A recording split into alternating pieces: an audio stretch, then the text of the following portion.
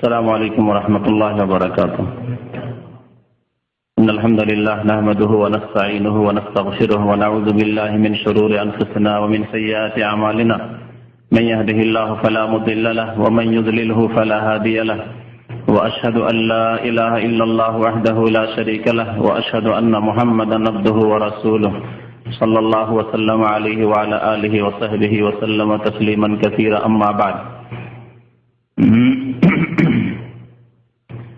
أعوذ بالله من الشيطان الرجيم. بسم الله الرحمن الرحيم.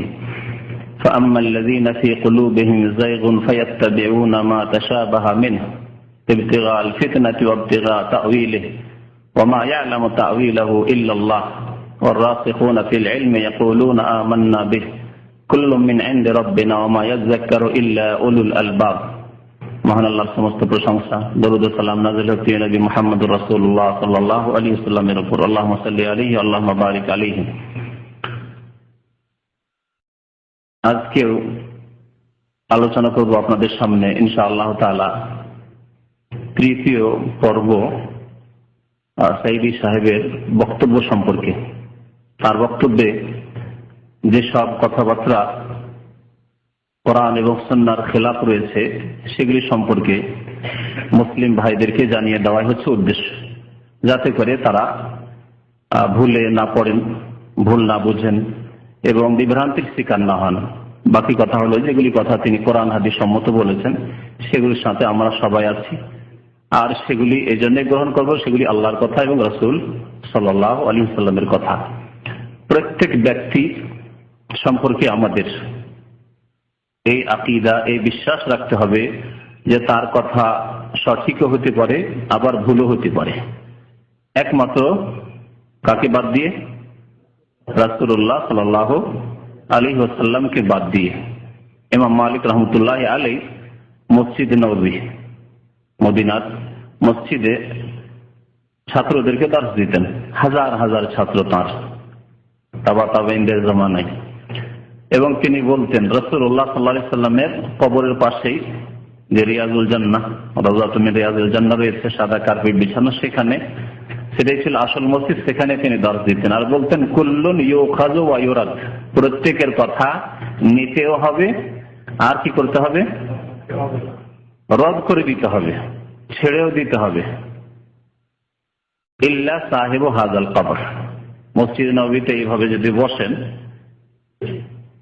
তাহলে মেহরাবে, তাহলে ডান দিকে হবে রাসূলুল্লাহ সাল্লাল্লাহু আলাইহি ওয়াসাল্লামের কবর। ইল্লা সাহিবু হাযাল কবর, তবে এই কবরবাসী। ওয়া আশারা ইলা কবরে রাসূলুল্লাহ সাল্লাল্লাহু আলাইহি ওয়াসাল্লাম, রাসূলুল্লাহ সাল্লাল্লাহু আলাইহি ওয়াসাল্লামের কবরের দিকে ইশারা করে ইঙ্গিত করে বলতেন যে এই কবরওয়ালা ছাড়া প্রত্যেকের কথাতে নেওয়াও যাবে যেসব কথা কোরআন হাদিস সম্মত, আর তার কথা ছাড়তেও হবে যদি কোরআন এবং হাদিসের বিপরীত হয়। আর বিশেষ করে যদি আকীদার সাথে যদি বিরোধ দেখা যায়, যদি মৌলিক বিষয়গুলির সাথে বিরোধ দেখা যায়, যেখানে বিশ্বাসের বিষয়, মাসলা মাসাইল, ছোটখাটো মাসলা মাসাইলের বিষয় নয়, তাহলে তো আরো এর গুরুত্ব বেড়ে যায় যে সেই ক্ষেত্রে কখনো কোন রকমের শিথিলতা জায়েজ নয়। আর মাসলা মাসাইলের ক্ষেত্রেও যতদূর সম্ভব হবে আমাদের পক্ষে আমরা হককে, সহিহ মাসলাকে কোরআন এবং হাদিসের আলোকে যেটা বেশি সহিহ শুদ্ধ সেটাই নেওয়ার চেষ্টা করব। তারপরে যদি স্পষ্ট না হয় আর মাসলা মাসাইলের ক্ষেত্রে কিছু ইখতিলাফ থাকে, তাহলে আল্লাহ পাক রব্বুল আলামিন সেগুলি হয়তো মাফ করবেন। কিন্তু আকীদার ক্ষেত্রে, বিশ্বাসের ক্ষেত্রে, ঈমানের ক্ষেত্রে, ইসলামের মৌলিক বিষয়গুলির ক্ষেত্রে যদি এইরকম বিভ্রান্তি থাকে বা ভুল থাকে তাহলে আল্লাহর কাছে জবাবদিহি করতে হবে।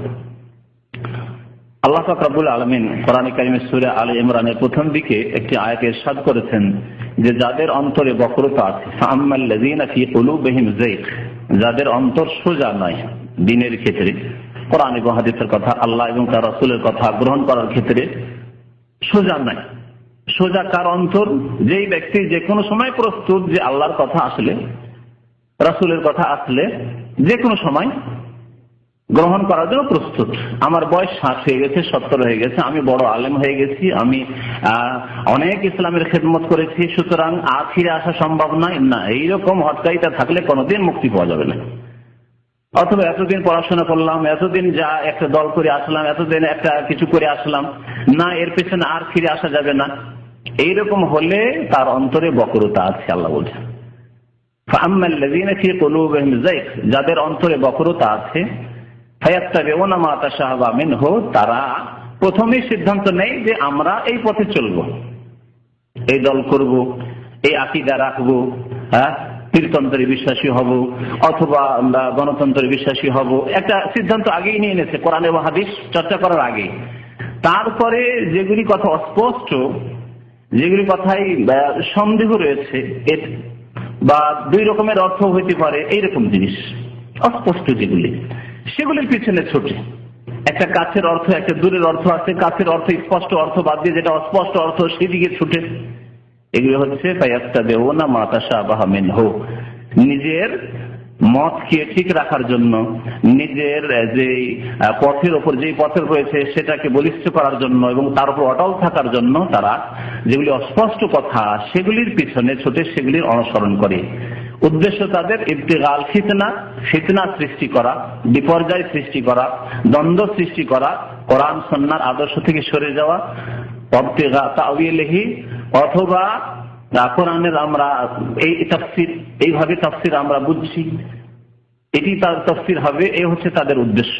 অথচ আল্লাহ বলছেন ওমা ইয়ালামু তাওয়িলাহু ইল্লাল্লাহ, আল্লাহ পাক রব্বুল আলামিন ছাড়া সহিহ খাঁটি তাফসীর আল্লাহ পাকের কোরআনের ব্যাখ্যা কেউ জানে না। ওয়ার রাসিখুনা ফিল ইলম, এবং যারা কোরআন এবং হাদিসের গভীর জ্ঞান রাখেন, রাসিখুনা ফিল ইলম, যারা গভীর জ্ঞান রাখেন তারা কোরআন এবং হাদিস সম্পর্কে সঠিক জ্ঞান রাখেন, তারপরেও ভুলের সম্ভাবনা রয়েছে। এবং তারা বলেন ইয়াকুলুন, তারা বলে কুল্লুম মিন ইনদি রাব্বিনা, মুহকাম যেগুলির অর্থ স্পষ্ট সেগুলি আল্লাহর পক্ষ থেকে, আর যে আয়াতগুলির অর্থ অস্পষ্ট সাধারণ মানুষ খুব সহজে বুঝতে পারছে না যে বিষয়গুলি, সেগুলি আল্লাহর পক্ষ থেকে। কুল্লুম মিন ইনদি রাব্বিনা ওয়া মা ইয়াযাক্কারু ইল্লা উলুল আলবাব, এবং জ্ঞানীরাই সঠিক উপদেশ নেবে। এই কথাগুলি বলার পরে এখন শুরু করছি সাইয়্যিদি সাহেবের বক্তব্যের কিছু অংশ, যাতে তিনি বলেছেন যে গণতন্ত্র যদি না থাকে পৃথিবীতে বা মুসলিম দেশে, তাহলে কি করে আমরা ইসলাম কায়েম করব, ইসলাম প্রতিষ্ঠা করব, ইত্যাদি ইত্যাদি। তার কথাতেই তার আওয়াজে শোনেন। আর তারপরে আল্লাহ পাক যা আমাকে বলার তৌফিক দিবেন, কোরআন এবং হাদিসের আলোকে আমি বলার চেষ্টা করব। গণতন্ত্র যদি হারাম হয়, সরকার পরিবর্তনের পদ্ধতি কি? দেখা লেখাপড়া জানো? কিভাবে সরকার পতন হবে, কিভাবে আর এক সরকার আসবে, সরকারে যাবো কেমনে, সরকার পরিবর্তনের সরকারে যাওয়ার পদ্ধতি কি যদি গণতন্ত্র হারাম হয়? আল্লাহ তাআলা বলছেন আসাবিরুহুম ফিল আরদ, পরামর্শ ভিত্তিক রাষ্ট্র পরিচালনা করা আল্লাহর হুকুম, এটাই গণতন্ত্রের ইঙ্গিত। গণতন্ত্র হারাম করিয়া নিজেকে জাহান্নামের জন্য তৈরি করেছে। কথা আশা করি শুনলেন। তবে তার কথার মধ্যে প্রথম কথা যে গণতন্ত্র যদি হারাম হয় তাহলে কি করে সরকার পরিবর্তন করব। একটি হচ্ছে সরকার, তার দাবি হচ্ছে পরিবর্তন করা। দ্বিতীয় বললেন যে কি করে সরকারের পতন ঘটবে, তাহলে দ্বিতীয় দাবি তার হচ্ছে যে সরকারের পতন ঘটানো। তৃতীয় কথা হচ্ছে যে তাহলে আমরা কি করে ক্ষমতায় যাব, তাহলে তার আশা আকাঙ্ক্ষা হচ্ছে যে তারা ক্ষমতায় যেতে আকাঙ্ক্ষিত। কথা তার কথা থেকে কিন্তু বলছি, ঠিক না? 4 নম্বরে তিনি বললেন যে গণতন্ত্র হারাম যারা করে তারা জাহান্নামে যাবে, ঠিক না? গণতন্ত্র হারাম করে জাহান্নামে যেতে হবে, এই কথাই তিনি বললেন। এখন শুনুন, দুটি হাদিস শোনাচ্ছি। সরকার পরিবর্তন করা, সরকারের পতন ঘটানো ইসলাম না সরকারের সংশোধন করা ইসলাম? আমি গত সপ্তাহের আগের সপ্তাহের আলোচনায় বলেছিলাম, মনে আছে হয়তো আপনাদের, শেষ দিকে বলেছিলাম যে ইসলাম সরকারের পতন ঘটানো শিখায় না, ইসলাম সরকার পরিবর্তন করা শিখায় না। ইসলাম শিখায় সরকারের ইসলাম সংশোধন করা এবং তাদের হিতাকাঙ্ক্ষী হওয়া। আর দ্বীনুন নাসিহা, দ্বীন হচ্ছে হিতাকাঙ্ক্ষী হওয়ার নাম, নসিহত উপদেশ দানের নাম। উপদেশ দানের মাধ্যমে হয় কি সংশোধন করা, সংশোধন করার নাম। জি, সাহাবারা জিজ্ঞাসা করলেন লিমান ইয়া রাসূলুল্লাহ লিল্লাহি ওয়া লিকিতাবিহি ওয়া লিরাসূলিহি ওয়া লিআইম্মাতিল মুসলিমিনা ওয়া আম্মাতিহিম। 5টি কথা বলেছিলেন রাসূলুল্লাহ সাল্লাল্লাহু আলাইহি ওয়াসাল্লাম। তার মধ্যে একটি হচ্ছে লিআইম্মাতিল মুসলিমিন, মুসলিম নেতাদের, মুসলিম শাসকদের নসিহত করা, উপদেশ দেওয়া, সংশোধন করা, পতন ঘটানো নয়। যতক্ষণ পর্যন্ত তারা মুসলিম রয়েছে তাদের ইসলামকে টিকিয়ে রেখেছে, এই শর্ত অবশ্যই মনে রাখবেন, যতক্ষণ পর্যন্ত তারা তাদের ইসলামকে টিকিয়ে রেখেছে। এই মর্মে দুটি হাদিস শোনে আপনাদেরকে। একটি হাদিস বুখারী মুসলিমে রয়েছে, মুত্তাফাক আলাইহি হাদিস। উবাদা ইবনে সামাত রাদিয়াল্লাহু তাআলা আনহু বর্ণনা করছেন, ক্বালা দাআনা নবী সাল্লাল্লাহু আলাইহি ওয়াসাল্লাম, নবী করিম সাল্লাল্লাহু আলাইহি ওয়াসাল্লাম আমাদেরকে একবার আহ্বান করলেন, ডাকলেন। ফাবায়ানাহু, তারপরে রাসূলুল্লাহ সাল্লাল্লাহু আলাইহি ওয়াসাল্লামের সাথে আমরা শপথ করলাম, বায়াত করলাম, শপথ করলাম। ফাকাল ফিমা আখাযা আলাইনা, যে সব শর্ত রাখলেন বায়াতে, শপথে, এবং যার উপর আমরা শপথ করলাম রাসূলুল্লাহ সাল্লাল্লাহু আলাইহি ওয়াসাল্লামের সাথে, তাতে ছিল যে বায়ান আলা সামি ওয়াত তাআহ, ইসলামের তো বায়াত হলোই, কিন্তু তার সাথে সাথে আমরা কি করব, শুনবো, সামআ মানে শুনবো, নেতার কথা শুনবো, শাসকের কথা শুনবো, খলিফার কথা শুনবো, এবং শোনার পরে কি করব, তাআত মানে আনুগত্য করব। ইসলামের বিধান হচ্ছে শোনা এবং আনুগত্য করা। ইহুদিরা এর বিপরীত, আল্লাহ পাক তাদের কথা বলেছেন, তারা বলতো সামি'না ওয়া আসাইনা, নবীগণকে বলতো তারা আলাইহিমুস সালাতু ওয়াস সালাম যে তোমার কথা শুনলাম কিন্তু আসাইনা, ফরমানি করলাম, মানি না তোমার কথা। তাহলে মুসলিম আল্লাহর কথা শুনবে, রাসূল সাল্লাল্লাহু আলাইহি ওয়াসাল্লামের কথা শুনবে, মুসলিম শাসকের কথা শুনবে, আর বলে শুনলাম তোমার বক্তব্য শুনলাম, তোমার কথা শুনলাম কিন্তু তোমার কথা মানি না, অথচ তার আল্লাহ এবং রাসূলের কথা, কোরআন সুন্নাহর কথা বলবে, জায়েজ নাই। কোরআন সুন্নাহ মোতাবেক যদি তারা দেশ পরিচালনা করে তাহলে শুনতে হবে এবং আনুগত্য করতে হবে। শোনা এবং আনুগত্যের ক্ষেত্রে শুধু এখান থেকে বলে ছেড়ে দিচ্ছেন না রাসূলুল্লাহ সাল্লাল্লাহু আলাইহি ওয়াসাল্লাম, বলছেন ফি মানশাতিনা ওয়া মাকরাহিনা, যখন আমরা খুশি থাকবো তখন। শাসকদের উপর খুশি আছে, মাশাআল্লাহ, শাসকরা ইসলামী আইনের বাস্তবায়ন করছে, তারপরে জনকল্যাণমূলক কাজ করছে, দেশের লোকজন সুখী হচ্ছে মাশাআল্লাহ এদের নেতৃত্বে, তখন মানশাতিনা সুখের সময়, ওয়া মাকরাহিনা এবং যখন অপছন্দ লাগবে, তাদের কাজকর্ম ভালো লাগে না, তারা ফাসিকি কাজ করছে, ইসলামের আওতা থেকে বেরিয়ে যায়নি, আগে মনে রাখবেন ইসলামের মধ্যে আছে কিন্তু শাসকরা ফাসিকি কাজ করছে, কাবিরা গুনাহ করছে, নিজেদের ক্ষেত্রে অথবা জাতির ক্ষেত্রে তারা গুনাহের কাজ করছে, মাত্র অপছন্দ লাগছে তাদের কাজকর্ম, তাদের আচার আচরণ। ওয়া উসরিনা, এইরকমই সংকটের সময়, যখন সংকটের সময় থাকবে তখনও তাদের আনুগত্য করব, তাদের কথা শুনবো। ওয়া ইউসরিনা, এবং যখন শান্তির অবস্থা থাকবে তখনও আনুগত্য করব তাদের। ওয়া আসারাতিন আলাইনা, এবং আমাদের ওপর অন্যকে অগ্রাধিকার যদি দেয়, অন্যকে প্রাধান্য দেয়, তখনও আনুগত্য করব। এর উদাহরণ যেমন আপনি মাশাআল্লাহ দেশের একজন নাগরিক, যোগ্য নাগরিক, যোগ্যতা রাখেন, কিন্তু আপনাকে চাকরি না দিয়ে অন্য দলের লোক তার দলের লোককে চাকরি দিচ্ছে, আত্মীয় স্বজনকে চাকরি দিচ্ছে, স্বজন প্রীতি করছে, তাহলে আপনি অধিকার রাখছিলেন, আপনার প্রাপ্য ছিল অন্যদেরকে দেওয়া, হলে এটি হচ্ছে আপনার ওপর অন্যকে প্রাধান্য দেওয়া। এইরকমও যদি করে তবুও শাসকের বিরুদ্ধে অস্ত্র ধারণ করব না, শাসকের পতন ঘটাবো না, শাসককে সরাবো না, শাসক পরিবর্তন করার ভূমিকা নেব না, বরং শুনবো এবং আনুগত্য করবো। ওয়া আল্লাহ নুনাজিআল আমরা আহলা, এবং যাদেরকে আল্লাহ নেতৃত্ব দিয়েছেন তাদের কাছ থেকে তাদের নেতৃত্ব ছিনিয়ে নেব না। লা নুনাজিআল আমরা আহলাহু, যাকে আল্লাহ নেতৃত্ব দিয়েছেন তার কাছ থেকে নেতৃত্ব আমরা ছিনিয়ে নেব না। আজকে যারা বোমাবাজি করছে, যারা অস্ত্র ধারণ করছে, তারা ফাসিক নেতৃত্বের কাছ থেকে হোক আর সৎ হোক, ফাসিক হলেও মুসলিম যতক্ষণ আছে তাদের কাছ থেকে তাদের নেতৃত্ব ছিনিয়ে নিতে চাইছে। এইরকমই যারা বলে যে গণতন্ত্রের মাধ্যমে আমরা পতন ঘটাবো, পরিবর্তন করব সরকার, আমরা যাব, তারা তাদের কাছ থেকে নেতৃত্ব ছিনিয়ে নিতে চাইছে। নবী করিম সাল্লাল্লাহু আলাইহি ওয়াসাল্লাম কি বলছেন? লা নুনাজিআল আমরা আহলাহু, যাদেরকে আল্লাহ নেতৃত্ব দিয়েছেন তাদের কাছ থেকে ছিনিয়ে নিতে চাইবো না। তাহলে কি করতে হবে? ভুল করছে তো শাসকরা, ফাঁসিকি কাজ করছে, তো মুসলিম কিন্তু ফাঁসিকি কাজ করছে, মদ পান করছে, হারাম কাজ করছে, জুলম অত্যাচার করছে জনসাধারণের উপর, স্বজন প্রীতি করছে, সেটা জুলম অত্যাচার নয়, গোনা নয়? কি করতে হবে? নবী সাল্লাল্লাহু আলাইহি ওয়াসাল্লাম বলছেন তাদের কাছ থেকে ছিনিয়ে নেওয়া যাবে না, পতন ঘটানো তাদের যাবে না, না অস্ত্র ধারণ করে, না এই পদ্ধতি, যেই পদ্ধতির কথা সাইদি সাহেব বলছেন। নবী করিম সাল্লাল্লাহু আলাইহি ওয়াসাল্লাম বলছেন যে তাদের ছিনিয়ে নেওয়া যাবে না। কতক্ষণ পর্যন্ত? ইল্লা আন তারাউ কুফরান বাওয়াহান, যতক্ষণ পর্যন্ত স্পষ্ট কুফরি না দেখবে।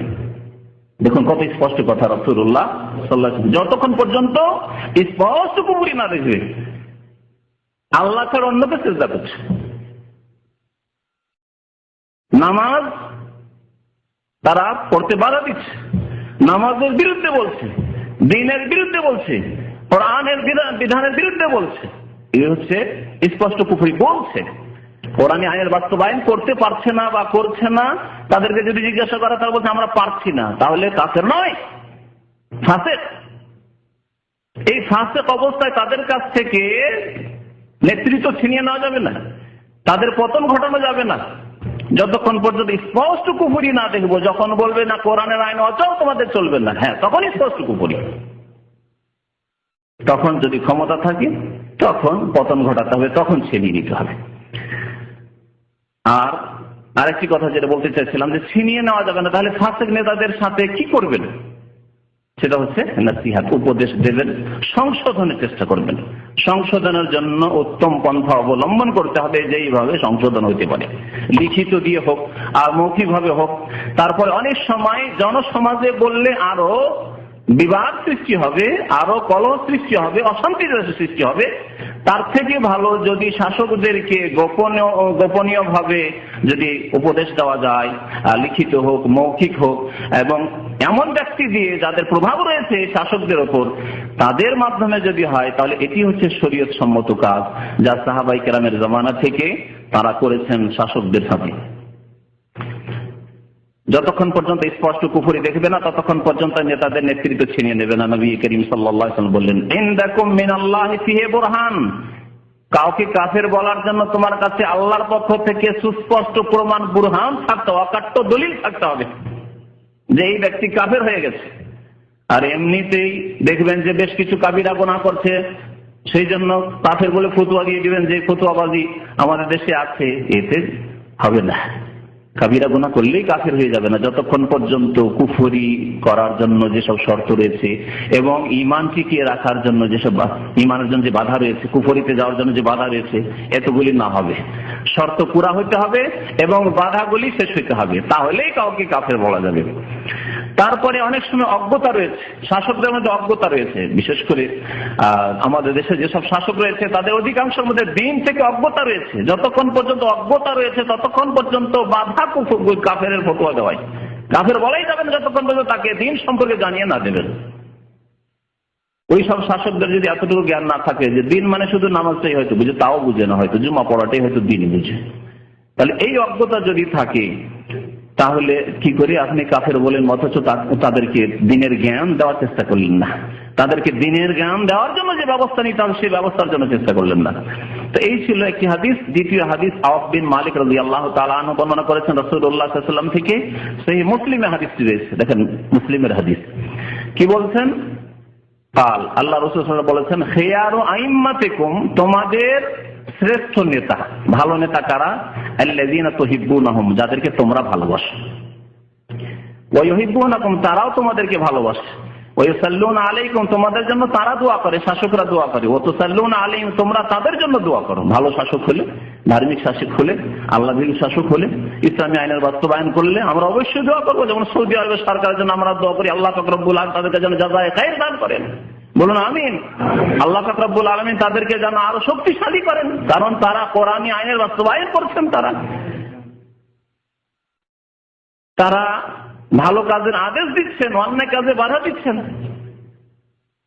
এখানে একটি প্রতিষ্ঠান রয়েছে যার নাম হচ্ছে হাইয়াতুল আমরি বিল মারুফ ওয়ান নাহি আনিল মুনকার, যাদেরকে আমরা বলেন মোতাওয়া অফিস বলেন না, যাদের কাজই হচ্ছে, যাদের এই আপনার এই সংস্থার নামই হচ্ছে হাইয়াতুল আমরি বিল মারুফ, ভালো কাজের আদেশ প্রদানের কাউন্সিল।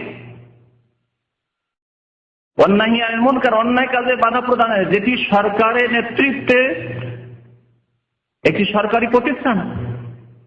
আপনি নিজে কাউকে বল প্রয়োগ করে নামাজের জন্য পাঠাতে পারেন না, উপদেশ দিতে পারেন, কিন্তু হায়ার লোক, হায়াতুল আমরি বিল মারুফের লোক বল প্রয়োগ করে নামাজ পড়াতে পারে, না হলে উঠিয়ে নিয়ে যেতে পারে।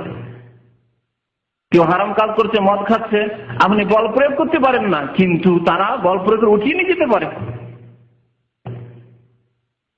তাহলে যারা আল্লাহ পাক রব্বুল আলামিন মুসলিম শাসকের জন্য, ইসলামিক রাষ্ট্রের জন্য যেই শর্তের কথা আল্লাহ পাক বলেছেন সূরা নূরে, আল্লাযীনা ইন মাক্কান্নাহুম ফিল আরদ, যদি কোন জাতিকে শক্তিশালী করি তাহলে তারা আকামুস সালাহ, নামাজ কায়েম করে। আলহামদুলিল্লাহ, কত মসজিদ কায়েম হচ্ছে, প্রতিদিন মসজিদ কায়েম হইতে আছে সৌদি আরবে।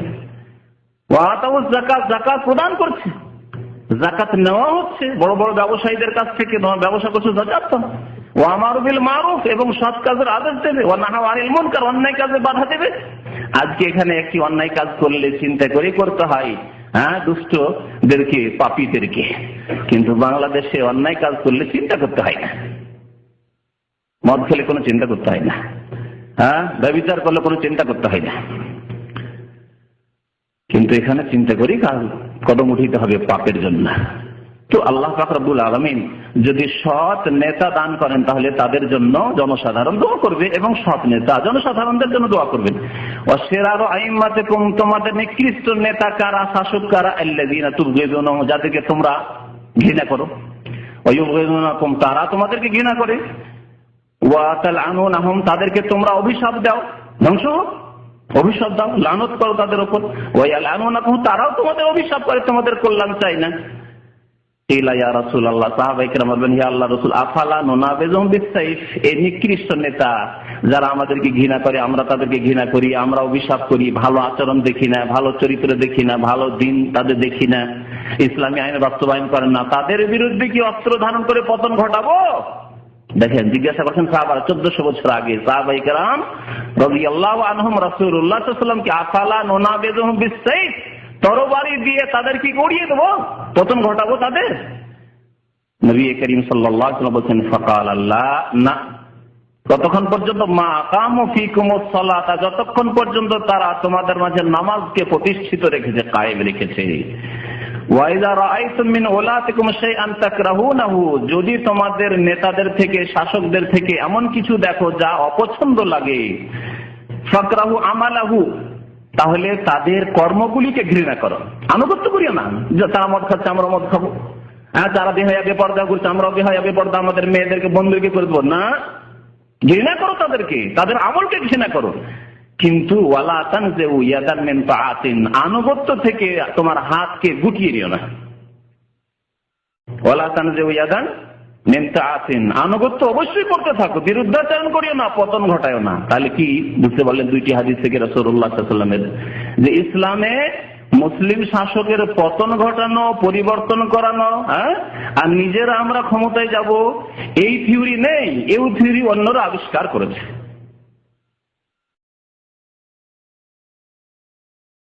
আর গণতন্ত্রে এই শিক্ষাই দিয়েছে।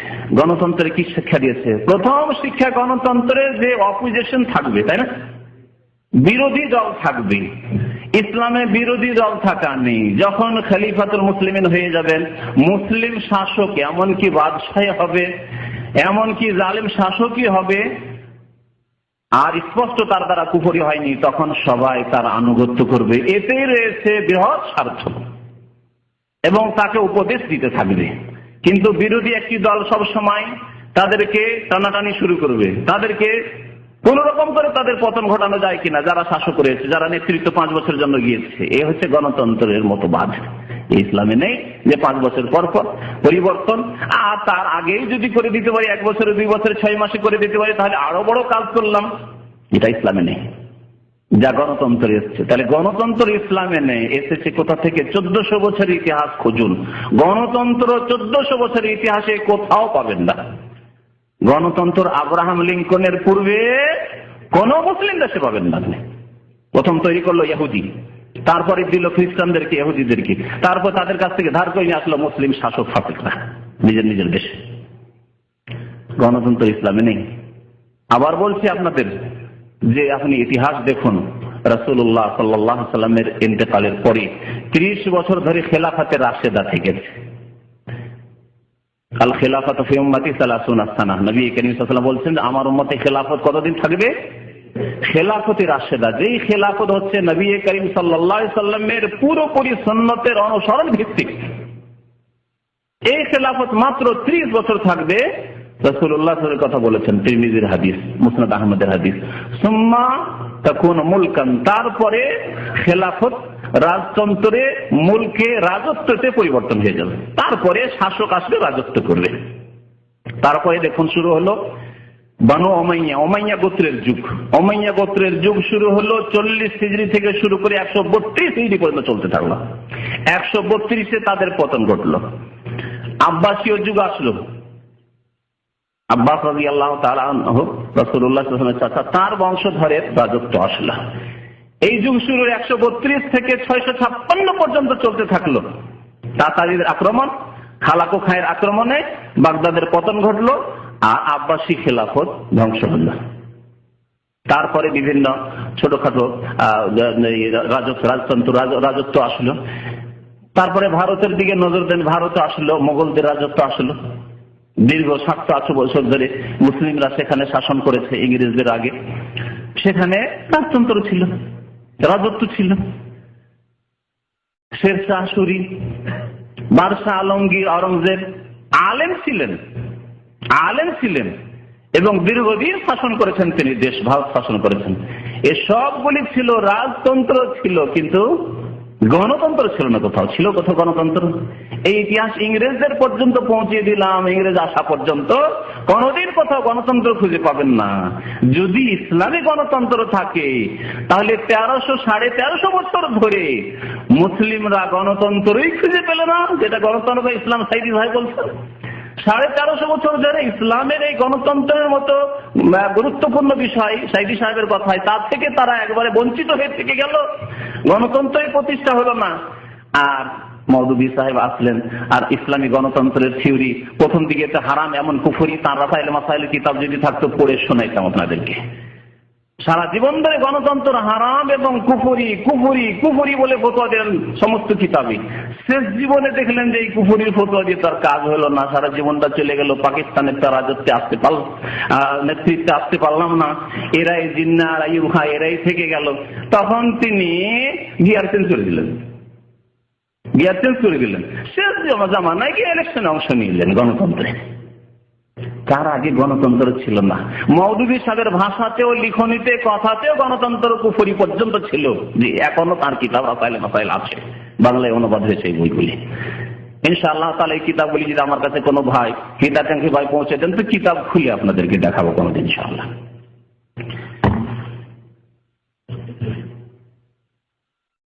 তারপরে আরেকটি বিষয়, সাইদি সাহেব কোরআনের একটি আয়াত পড়েছেন, শাওয়িরহুম ফিল আমরি, পরামর্শ নিতে হবে। আল্লাহ পাক কি বলেছেন, ওয়াশাওয়িরহুম ফিল আমরি, পরামর্শের দ্বারা ইঙ্গিত করা হয়েছে গণতন্ত্রের দিকে। বললেন না সাইদি সাহেব যে এই আয়াতে গণতন্ত্রের দিকে ইঙ্গিত করা হয়েছে। এই তরজমা অনেক আছে, এই তরজমাতে বেশ কিছু ভুলও আছে, কিন্তু এই আয়াতটি দেখাবো। এটি হচ্ছে মওদুদী সাহেবের তরজমা, কারণ মওদুদী সাহেবের ভক্ত। আর এটি হচ্ছে তাফহিমুল কোরআনে যে তরজমা অনুবাদ আছে তার আসল, এটা সংক্ষিপ্ত 30 পারা। তো এই মওদুদী সাহেবের তরজমাতে কি করা হয়েছে, যে মওদুদী সাহেব অনুসারীরা গণতন্ত্রের জন্য এত প্রচেষ্টা চালাচ্ছে আর গণতন্ত্রের মাধ্যমে শাসকদের পতন ঘটিয়ে তারা নিজেরা সৎ নিজেকে বলছেন এবং তারা নেতৃত্বে যেতে চাইছেন। এই শাওয়িরহুম ফিল আমরের অর্থ কি করেছেন একটু পড়ে শোনাচ্ছি। আমি নিজে অর্থ না করে মওদুদী সাহেবের এবং আব্দুর রহিম সাহেবের, বাংলা অনুবাদটি আব্দুর রহিম সাহেবের, তো এই অর্থটি আপনাদেরকে শোনাচ্ছি। আল্লাহ পাক রব্বুল আলামিন বলছেন, ফাবিমা রাহমাতিন মিনাল্লাহি লিনতা লাহুম ওয়ালাউ কুনতা ফাযযান গালিযাল কলবি লান ফাযযু মিন হাওলিক ফাআফু আনহুম ওয়াস্তাগফির লাহুম ওয়াশাওিরহুম ফিল আমর। এই শাওিরহুম ফিল আমরের অর্থটা দেখেন এখানে, সূরা আলে ইমরান আয়াত নম্বর 159। হে নবী, ইহা খোদার বড় অনুগ্রহের বিষয় যে তুমি এইসব লোকের জন্য খুবই নম্র স্বভাবের লোক হইয়াছ। অন্যথায় তুমি যদি উগ্র স্বভাব ও পাষাণ হৃদয়ের অধিকারী হইতে তবে এইসব লোক তোমার চতুর্দিক হইতে দূরে সরিয়া যাইত। অতএব ইহাদের অপরাধ মাফ করিয়া দাও, তাহাদের জন্য মাগফিরাতের দোয়া করো এবং দ্বীন ইসলামের কাজকর্মে তাহাদের সহিত পরামর্শ করো। দ্বীন ইসলামের কাজকর্মে ওয়াশাবিরহুম ফিল আমরে, এখন আসি, এবং তাদের সাথে মশওয়ারা করো, পরামর্শ নাও তাদের দ্বীন ইসলামের কাজকর্মের ক্ষেত্রে। তাহলে শাবিরহুম মানে কি করা? পরামর্শ করা। এখন এর ব্যাখ্যা আসছে। পরামর্শ মানে কি গণতন্ত্র? আপনাদেরকে জিজ্ঞাসা করছি, পরামর্শ মানে কি গণতন্ত্র না দুটোতে আসমান আর জমিনের পার্থক্য আছে? পার্থক্যটা একটু বুঝায়, খুব সংক্ষেপে বুঝাচ্ছি, কারণ অনেক কথাই আছে, আজকে শেষ করতে হবে এই বিষয়টিকে। পরামর্শ আপনি নিজের ব্যাপারে, ব্যক্তি জীবনের আপনার কিন্তু ব্যক্তিগত সমস্যা আছে, আপনি কি সবার কাছে পরামর্শ করবেন? না আপনার চেয়ে যোগ্য ব্যক্তি আপনার আব্বার কাছে, আপনার আম্মার কাছে, আপনার ওস্তাদের কাছে, নেক লোক সৎ লোকের কাছে, জ্ঞানী ব্যক্তির কাছে পরামর্শ করবেন, ঠিক না? পরামর্শ তাহলে রাস্তাঘাটে যাকেই পাবেন তার কাছে পরামর্শ নেওয়া শুরু করবেন। এই কাজ কোনো আধা পাগলও করে না, করবে? জি। তাহলে আল্লাহ পাক কি করতে বলেছেন? পরামর্শ নিতে বলেছেন। তাহলে ইসলামী রাষ্ট্র কায়েম করার জন্য সূরা আছে। আল্লাহ পাক সূরায়, সূরা কি সূরার নাম হচ্ছে সূরা, পরামর্শের সূরা। সেই সূরায় আল্লাহ পাক রব্বুল আলামিন বলেছেন ওয়া আমরুহুম সূরা বাইনাহুম, মুসলিমদের কাজকর্ম সম্পাদিত হবে সূরা ভিত্তিক, পরামর্শ ভিত্তিক। তাহলে পরামর্শ বোঝা গেল যে অযোগ্য লোকদের কাছে নিজের ব্যক্তি জীবনের ক্ষেত্রেও নাই না, পরিবারের ক্ষেত্রে, ভাই আমার স্ত্রী খারাপ, তালাক দিব না রাখবো, এই পরামর্শ যার তার কাছে নেবেন। হ্যাঁ, গ্রামের যাকে তাকেই ধরবে না, বল ভাই পরামর্শ আমার স্ত্রীকে রাখবো না রাখবো না। হ্যাঁ, আমার স্ত্রী বলছে আমাকে পৃথক হইতে, আমার আব্বা আম্মা থেকে আলাদা হবো, পৃথক হবো না, এক বাড়িতেই থাকবো। আমার স্ত্রী বলছে এই বলছে, তো কি করব না করব? সবার কাছে পরামর্শ নেবেন না, কোনো আলেমের কাছে, জ্ঞানীর কাছে, যে বয়োজ্যেষ্ঠ যারা ভালো পরামর্শ আপনার সাথে দিতে পারবে, আপনাকে ভালো দিক নির্দেশনা দিতে পারবে, তাদের কাছে নেবেন। চিন্তা করুন, তাহলে আপনার ব্যক্তি জীবনে, পারিবারিক জীবনে, ছোট জীবন, ব্যক্তি জীবন, পারিবারিক জীবন, 2-3 জনের ব্যাপার সবার, ছেলে মেয়েদের ক্ষেত্রে, ভাই ছেলে মেয়েদেরকে কি পড়াইলে ভালো হয়? মাদ্রাসায় পড়াবো, আগে হাফেজ করবো না শুধু মাদ্রাসায় দিয়ে দেবো, না কারি করবো, না ইংলিশ মিডিয়ামে যদি পড়াই তাহলে ভবিষ্যতে কি করতে পারি, ডাক্তার বানাতে পারি, ইঞ্জিনিয়ার বানাতে পারি। যে যে বিষয়টি বুঝে তার কাছে সেই সম্পর্কে কি নিতে হবে? পরামর্শ নিতে হবে। যোগ্যদের কাছে পরামর্শ নেওয়া হয়, সবার কাছে পরামর্শ নেওয়া হয় না। পক্ষান্তরে গণতন্ত্রে ইলেকশনে ভোট সবার কাছে নেওয়া হয়। 17 ভোটের একটাই দাম, একটি ভোট তার। আর অসৎ লোক, মিথ্যুক, জালেম, খুনি, সন্ত্রাসী, পাপিষ্ট, বেনামাজি, কাফের, ইহুদি, খ্রিস্টান, নাস্তিক, তসলিমা নাসরিন, সালমান রুশদি, সবার ভোটের দাম মূল্য সাইদি সাহেবের ভোটের সমান, ঠিক না? তাহলে এটা কি ইসলাম সমর্থন করে? ইসলাম সমর্থন করে না। ইসলাম পরামর্শ সূরা সমর্থন করে। এখানে আরো বলে দিই, কারণ সাইদি সাহেব সৌদি আরবের সরকারের বিরুদ্ধে কিছু কথা বলেছেন, সেই জন্য বলে দিই যে সূরা প্রতিষ্ঠা রয়েছে সৌদি আরবে। এখন শুনে রাখুন, যারা পত্র পত্রিকা এখানকার পড়েন, ইংরেজি পড়েন অথবা আরবি পড়েন, তারা ভালো করে জানেন যে সৌদি আরবের সূরা কাউন্সিল আছে না? আমাদের শিক্ষিত ভাইয়ের পিছন দিকে অনেকে আছে না, সূরা কাউন্সিল আছে, যার নাম হচ্ছে মজলিস সূরা। তার চিফকে, তার চিফ জানেন? তাই লাগা লোকেরা, যারা নামাজ পড়ে না তারা, যারা ইউরোপ আমেরিকা থেকে ডিগ্রি নিয়ে এসছে, ব্যারিস্টার হয়েছে তারা না। ইসলামিক রাষ্ট্র যে সৌদি আরব, তার প্রমাণ শোনেন। ইমামে হারাম এবং শৌনুল হারমাইন, আল হারমাইন অ্যাফেয়ার্সের যিনি চিফ রাইস, যিনি প্রেসিডেন্ট, তিনি, এবং তিনি হচ্ছেন মজলিসে শুরার চিফ প্রেসিডেন্ট বা চেয়ারম্যান। তার নাম সালেহ বিন আব্দুল্লাহ বিন হুমাইদ। জুমার দিনে বেশিরভাগ তার খুতবা হয়, অন্যান্য আইম্মা কেরামের খুতবা হয়। মসজিদে হারামের তিনি খতিব এবং ইমাম, তিনি হচ্ছেন মজলিসে শুরার প্রধান, চেয়ারম্যান।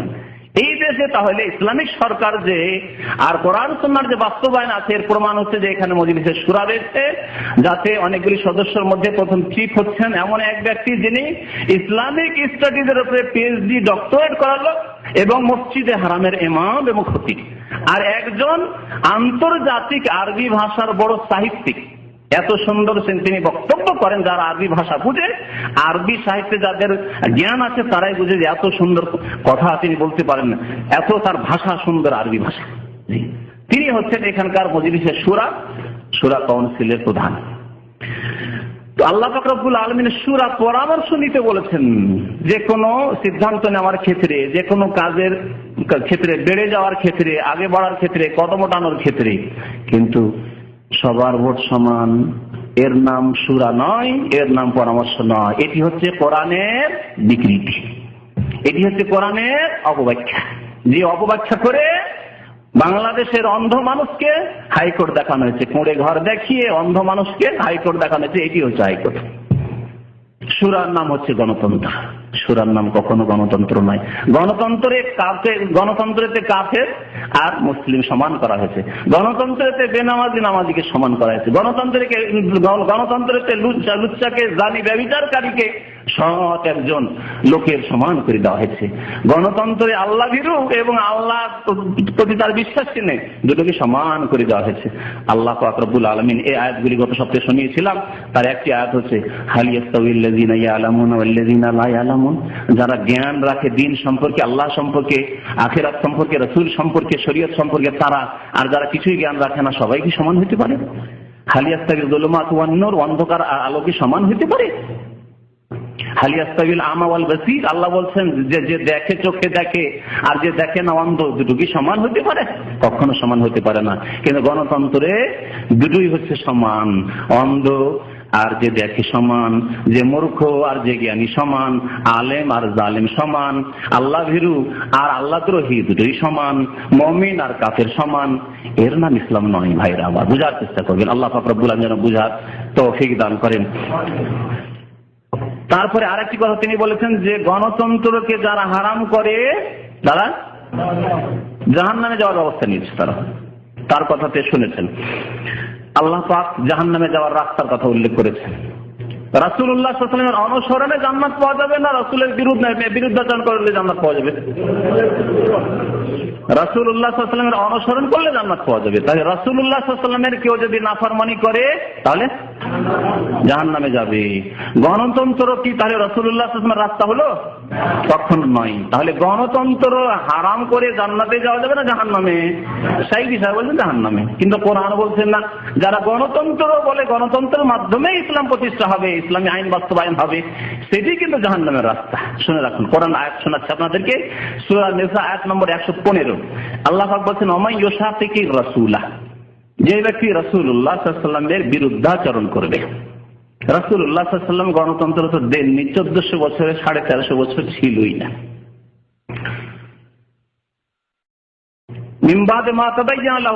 তার জন্য সঠিক পথ স্পষ্ট হয়ে যাওয়ার পর, হিদায়াত স্পষ্ট হয়ে গেছে, কোরআন নাযিল হয়ে গেছে, ওহীর দরজা বন্ধ হয়ে গেছে, দিনকে আলিয়াউমা আকমালতু লাকুম, দিনকে আল্লাহ কমপ্লিট করে দিয়েছেন, তারপরেও যদি কেউ রাসূলুল্লাহ সাল্লাল্লাহু আলাইহি ওয়াসাল্লামের বিরুদ্ধাচরণ করে, ওয়ায়াত্তাবি গায়রা সাবিলিল মুমিনিন, এবং মুমিনগণের রাস্তা ছাড়া অন্য কোন রাস্তার অনুসরণ করে।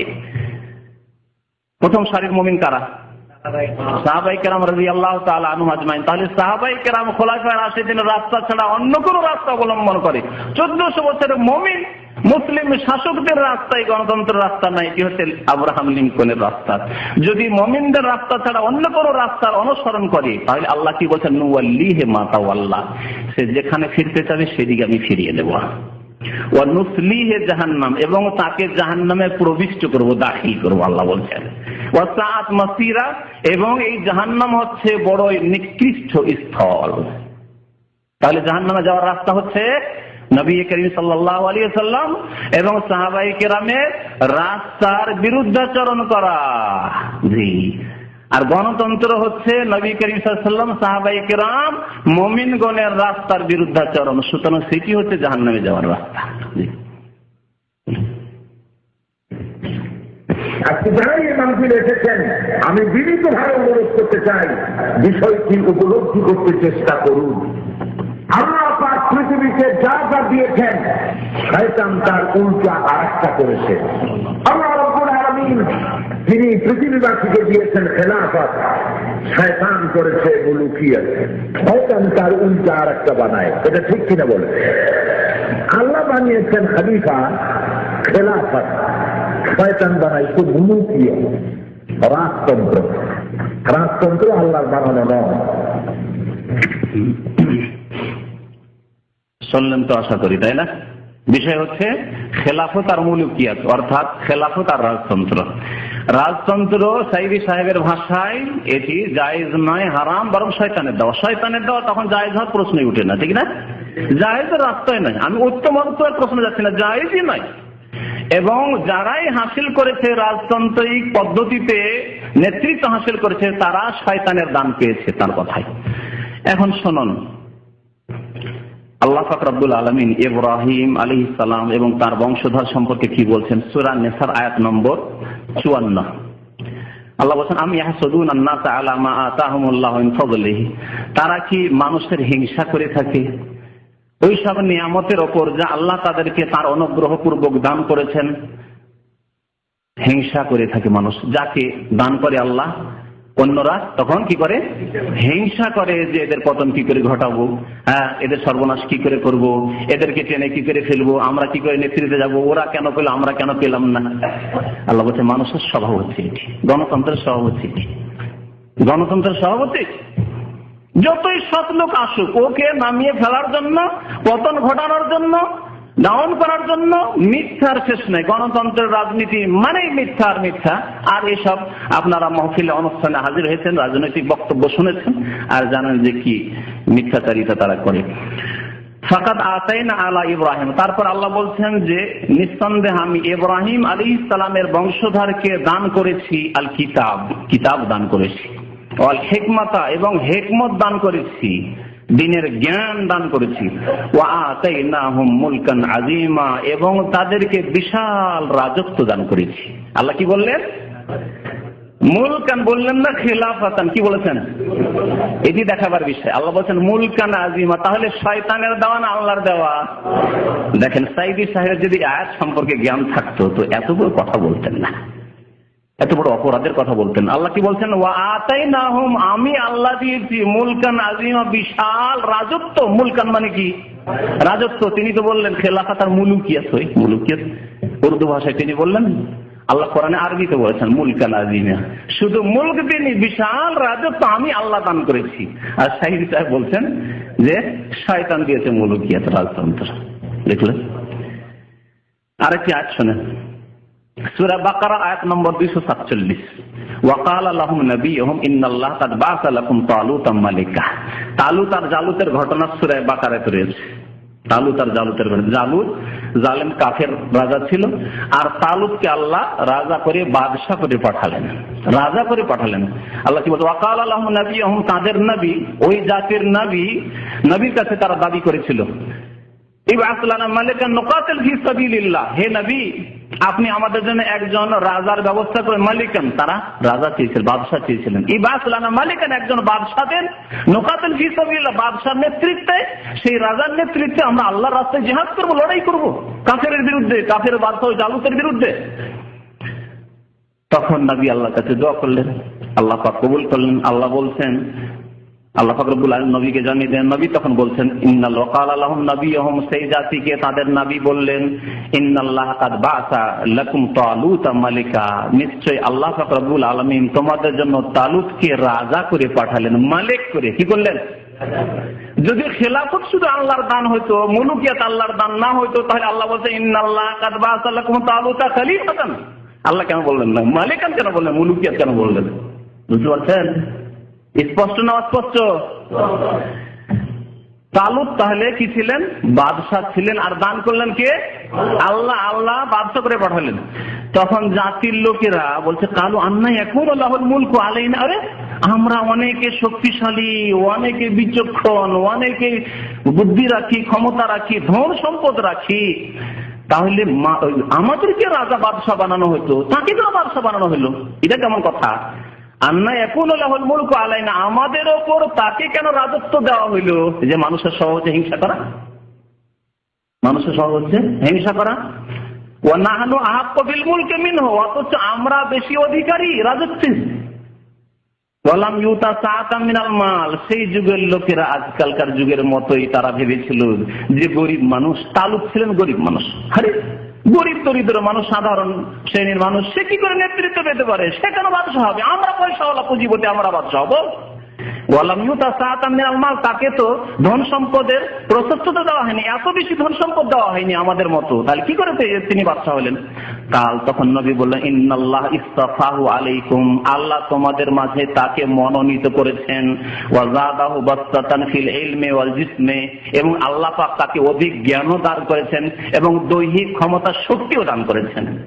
রাজত্বের জন্য দৈহিক ক্ষমতা, বীরত্ব, সাহস লাগে, আর লাগে বিদ্যা, বুদ্ধি, কৌশল লাগে, এলম লাগে, তা আল্লাহ দান করেছেন। ধনের প্রয়োজন নেই, এলম লাগে, এলম দিয়েছেন আল্লাহ রাব্বুল আলামিন, আর জিসম দিয়েছেন, দেহ দিয়েছেন, সাহস দিয়েছেন। ওয়াল্লাহু ইউতি মুলকাহু মান ইয়াশা, আল্লাহ বলছেন আল্লাহ পাক রব্বুল আলামিন তার রাজত্ব দিয়ে থাকেন মান ইয়াশা, যাকে আল্লাহ চান। আল্লাহ কি বললেন এখানে? ওয়াল্লাহু ইউতি মুলকাহু, রাজতন্ত্রের কথা আল্লাহ বললেন এখানে। আল্লাহ ইউতি খেলাফতাহু বলেন, বলেছেন কি যদি শুধু ইসলামে খেলাফতি থাকতো তাহলে আল্লাহ বলতেন আল্লাহ ইউতি খেলাফতাহু। শয়তানের দেওয়া বস্তুর কথা আল্লাহ কেন কোরআনে উল্লেখ করবেন? আল্লাহু ইউতি মুলকাহু মান ইয়াশা, আল্লাহ যাকে চান রাজত্ব দিয়ে থাকেন। আল্লাহু ওয়াসিউন আলিম। খেলাফত সম্পর্কে শুনুন, খেলাফত সম্পর্কে হাদিসটা শুনিয়ে দিচ্ছি। সাফিনা রাদিয়াল্লাহু তাআলা আনহু সাহাবী বলছেন, কালা রাসূলুল্লাহ সাল্লাল্লাহু আলাইহি ওয়াসাল্লাম, আল খেলাফতু ফি উম্মতি 30 সানাহ, আমার উম্মতে খেলাফত থাকবে মাত্র 30 বছর। এমন খেলাফত, যে খেলাফতের নাম হচ্ছে খেলাফতে রাশিদা। মনে রাখুন, খেলাফতে রাশিদার অর্থ হচ্ছে যে নবী সাল্লাল্লাহু আলাইহি সাল্লামের আদর্শ মোতাবেক পুরোপুরি দেশ পরিচালনা করা। এটি মাত্র 30 বছর ছিল রাসূলুল্লাহ সাল্লাল্লাহু আলাইহি সাল্লামের ইন্তেকালের পরে। পুরোপুরি সুন্নতের অনুসরণ করে, সার্বিক ক্ষেত্রে স্বজন প্রীতি না করে, যার যে হক, যার যে যোগ্যতা, ওই রকম হক দিয়ে যে খেলাফত চলেছে এবং ন্যায় বিচার হয়েছে। শাসকদেরকে গিয়ে, খলিফাকে গিয়ে সরাসরি একজন মহিলাও গিয়ে বলতে পেরেছে, সাধারণ মহিলা গিয়ে বলছে যে আপনি এটা ভুল করলেন। ভুল মেনে নিচ্ছেন আবু বকর সিদ্দিক রাদিয়াল্লাহু তাআলা, ওমর রাদিয়াল্লাহু তাআলা। আবু বকর সিদ্দিক রাদিয়াল্লাহু তাআলা একবার দাদির ওরাসাত সম্পর্কে, হক সম্পর্কে, মানে ধন সম্পদে ভাগ, নাতির ধন সম্পদে দাদির হক আছে কিনা, নানির হক আছে কিনা, এসেছে জিজ্ঞাসা করার জন্য। আবু বকর সিদ্দিক রাদিয়াল্লাহু তাআলা আনহু মাসলা জানাচ্ছেন। তিনি বললেন যে মা জাদালাকা ফি কিতাবিল্লাহ শাই, কোরআনে তোমার কোনো ভাগ বন্টন নেই, তুমি পাবে না। মহিলা কাঁদতে কাঁদতে বেরিয়ে যাচ্ছে দরবার থেকে, মসজিদে নববী থেকে। মসজিদে নববী ছিল দরবার, আবু বকর সিদ্দিক রাদিয়াল্লাহু তাআলা আনহু বেরিয়ে যাচ্ছেন কাঁদতে কাঁদতে। এক সাহাবী বলছেন, কি ব্যাপার মহিলা, কেন কান্না করো? আর বলিও না, আমার নাতি মারা গেছে, তার অনেক ধন সম্পদ আছে, আমি নাকি কিছুই পাবো না। কে বলেন? বলছে খলিফা এটি ফয়সালা করলেন। বলে আমি সাক্ষী দিচ্ছি, আমি জানি রাসূলুল্লাহ সাল্লাল্লাহু আলাইহি ওয়াসাল্লাম দাদিকে, নানিকে শতক দিয়েছেন, 1/6 দিয়েছেন, 1/6 দিয়েছেন, আমি সাক্ষী দিচ্ছি। যেমনই হাদিস শোনানো হইল আবু বকর সিদ্দিক রাদিয়াল্লাহু তাআলা আনহুকে, তিনি বললেন যে আবু বকর ভুল করেছে, মহিলার হক রয়েছে দিচ্ছি। এই হচ্ছে খেলাফতে রাশিদার লক্ষণ। ওমর ফারুক রাদিয়াল্লাহু তাআলা একবার সিদ্ধান্ত নিলেন যে লোকেরা এত বেশি মহারানা নেই, মেয়ের বিয়ে দিতে, বোনের বিয়ে দিতে অনেক যুবকরা বিয়ে করতে পারে না। যেমন আজকাল সৌদি আরবে লাখ লাখ টাকা লাগে বিয়ে করতে, 30-40 বছর বয়স হয়ে যাচ্ছে, বেচারা মিসকিন বিয়ে করতে পারে না। আর আমার দেশে ধারাবাহিকতে ধোঁকাবাজি, কিছুই দিচ্ছে না। তো ওমর রাদিয়াল্লাহু তাআলা একবার ভাবলেন যে এটাকে সীমিত করে দেওয়া হোক, লিমিটেড করে দেওয়া হোক, এর বেশি কেউ মহারানা নির্ধারিত করতে পারবে না। এক মহিলা মজলিসে ছিলেন, শুনতে পেয়েছেন, পর্দার আড়াল থেকে দাঁড়িয়ে গেলেন, বললেন, এ ওমর, তোমার এই ফয়সালাকে তুমি ফিরিয়ে নাও, তোমার এই ফয়সালা চলবে না, কোরআন বিরোধী। আল্লাহ পাক বলেছেন, ওয়াইনা আতাইতুম ইহদাহুন্না কিনতারান ফালা তাখুযু মিনহু শাইআ, যদি তোমরা নারীদেরকে, স্ত্রীদেরকে অজস্র ধন সম্পদ, পাহাড়ের মতো ধনের স্তূপ দিয়ে দাও, ওয়াইনা আতাইতুম ইহদাহুন্না কিনতারা ফালা তাখুযু মিনহু শাইআ, বিবাহ শাদী হয়ে যাওয়ার পরে, তার সাথে মিলন নির্জনতা হয়ে যাওয়ার পরে কিছুই ফিরিয়ে নিতে পারবে না, তালাক হয়ে গেলেও হক মোহর। তাহলে আল্লাহ বলছেন, কিনতার অজস্র ধন সম্পদ, কোটি কোটি টাকাও যদি দিয়ে দাও, তাহলে তুমি উমার কে সীমিত করার, যে বলবে যে না 10,000, 20,000, 30,000 বেশি মোহর বাঁধা যাবে না, এটা করার তোমার অধিকার নেই। উমার বললেন যে উমার হেরে গেছে, এই মহিলা জিতেছে।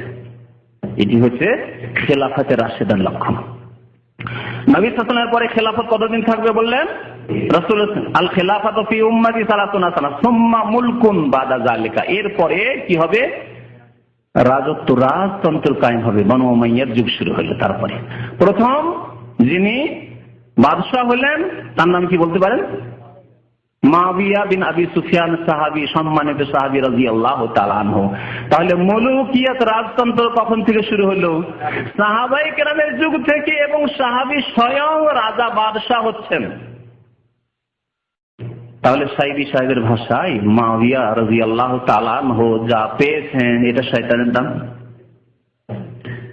সাহাবায়ে কেরাম সম্পর্কে এইরকম কথা বলা কত বড় গোস্তাখি, বেয়াদবি তা আপনারা অনুভব করতে পারছেন। এবং রাসূলুল্লাহ সাল্লাল্লাহু আলাইহি ওয়াসাল্লাম সাহাবায়ে কেরাম সম্পর্কে কি সতর্ক সাবধান করেছেন, কিভাবে যে খবরদার। শুনে রাখুন, আপনাদেরকে একটি হাদিস শোনাচ্ছি। মুসনাদে আহমদে রয়েছে, তিরমিজিতে রয়েছে। আল্লাহ আল্লাহ ফি আসহাবি, আল্লাহকে ভয় করো, আল্লাহকে ভয় করো আমার সাহাবাগণ সম্পর্কে। লা তাত্তাখিযুহুম গারাদা, খবরদার তাদেরকে তোমরা তীরের নিশানা বানাও না, তাদের সমালোচনা করিও না, তাদের ওপর খারাপ মন্তব্য করিও না, তাদেরকে গালিগালাজ করিও না, তাদেরকে নিশানা বানিয়ে নিও না। তোমাদের কথার সমালোচনার, গীবতের, বদনাম করার, তাদের দস্তুটি তুলে ধরার এই কাজ খবরদার করিও না। নবী করিম সাল্লাল্লাহু আলাইহি ওয়াসাল্লাম নিষেধ করেছেন। ফামান আহাব্বাহুম, আরো শুনেন, বলছেন রাসূলুল্লাহ সাল্লাল্লাহু আলাইহি ওয়াসাল্লাম, সুতরাং যারা সাহাবাগণকে ভালোবাসবে, ফাবিহুব্বি আহাব্বাহুম, তাহলে আমার ভালোবাসার কারণে আমার সাহাবীদেরকে ভালোবাসবে। ওমান আবগাদাহুম, আর যেই ব্যক্তি আমার সাহাবায়ে কেরামদের সাথে শত্রুতা রাখবে, বলবে শয়তানের দান, এই কথা বলবে। যে বলবে যে মুআবিয়া খারাপ ছিল, আউযুবিল্লাহ, অমুক আমর বিন আস খারাপ ছিল, উসমান রাদিয়াল্লাহু তাআলা এই করেছেন, নাসিবীরাই হোক আর রাফিজীরাই হোক আর খারেজিরা হোক, এইরকম যারা মন্তব্য করবে সাহাবায়ে কেরাম সম্পর্কে, কটাক্ষ করবে, খারাপ কথা বলবে, ওমান আবগাদাহুম, যারা শত্রুতা রাখবে, বিদ্বেষ রাখবে, ফাবিবুগযি আবগাদাহুম, তাহলে আমার সাথেই যেন তার শত্রুতা আছে, সেই জন্যই সাহাবায়ে কেরামের সাথে শত্রুতা পোষণ করে। ওমান আযানি আযাহুম ফাকাদ আযানি, আর যারা সাহাবায়ে কেরামকে কষ্ট দেবে সেই ব্যক্তি আমি মুহাম্মদুর রাসূলুল্লাহ সাল্লাল্লাহু আলাইহি ওয়াসাল্লামকে কষ্ট দেবে। ওমান আযানি, আর মনে রেখো যেই ব্যক্তি আমাকে কষ্ট দিল, আমার সাহাবায়ে কেরামকে কষ্ট দিয়ে, সেই ব্যক্তি জাহান্নামের ইন্ধন হবে, সেই ব্যক্তি জাহান্নামে যাবে। যে আল্লাহ এবং রাসূলকে কষ্ট দেবে, সাহাবায়ে কেরামকে কষ্ট দিয়ে, সেই ব্যক্তি জাহান্নামে যাবে। শুনলেন হাদিস? মুআবিয়া রাদিয়াল্লাহু তাআলা যে প্রথম বাদশা ছিলেন, এই সম্পর্কে নিজের কথা না বলে, আপনাদের কথা না শুনে বলি। বাইহাকিতে একটি হাদিস রয়েছে, বাইহাকির একটি কিতাবের নাম আল মাদখাল, তাতে সাফিনা, এই সাহাবী যে খেলাফতের হাদিস বর্ণনা করেছেন, এই সাফিনা বলছেন যে ইন্না আউয়ালাল মুলুকে মুআবিয়া রাদিয়াল্লাহু আনহু, প্রথম রাজা হচ্ছেন রাজতান্ত্রিক পদ্ধতিতে, রাজা প্রথম হচ্ছেন কে? মুআবিয়া রাদিয়াল্লাহু আনহু। আর খেলাফতের অর্থ হচ্ছে খেলাফতে রাশেদা, খেলাফতে কামেলা, যাতে পূর্ণাঙ্গ রূপে ইসলামের বাস্তবায়ন হতো। তাহলে আরেকটি প্রশ্ন থেকে যায় যে খেলাফত ইসলামে আছে, আর আমার কথা দিয়ে স্পষ্ট হইল কোরআন হাদিসের যে দলিলগুলি বললাম যে রাজতন্ত্র ইসলামে আছে, যদিও খেলাফতের মতো অত উত্তম তরিকা নয়, কিন্তু আছে। এই কথাগুলি শোনাই, এই কথাগুলি কোথায় পাবেন আপনি? এই কথাগুলি শোনার জন্য আপনাকে বলছি যে তাফসীর ইবনে কাসীর, আরবি কিতাব এবং খুব প্রাচীন তাফসীর, আল্লামা ইবনে কাসীর রাহমাতুল্লাহ আলাইহি, এই তাফসীরের উর্দু হয়ে গেছে, ইংরেজি হয়েছে, বাংলায় হয়েছে, ঢাকায় বাংলাতে পাবেন 18 খণ্ডে। তো এই তাফসীর ইবনে কাসীরের সূরা বাকারার এই আয়াতের তাফসীরে, যে আয়াতে আল্লাহ পাক বলেছেন ওয়াইজ ক্বালা রাব্বুকা লিল মালায়েকাতি ইন্নী জাইলুন ফিল আরদি খলিফা, আল্লাহ পাক বললেন ফেরেশতাগণকে যে আমি পৃথিবীতে একজন খলিফা সৃষ্টি করব।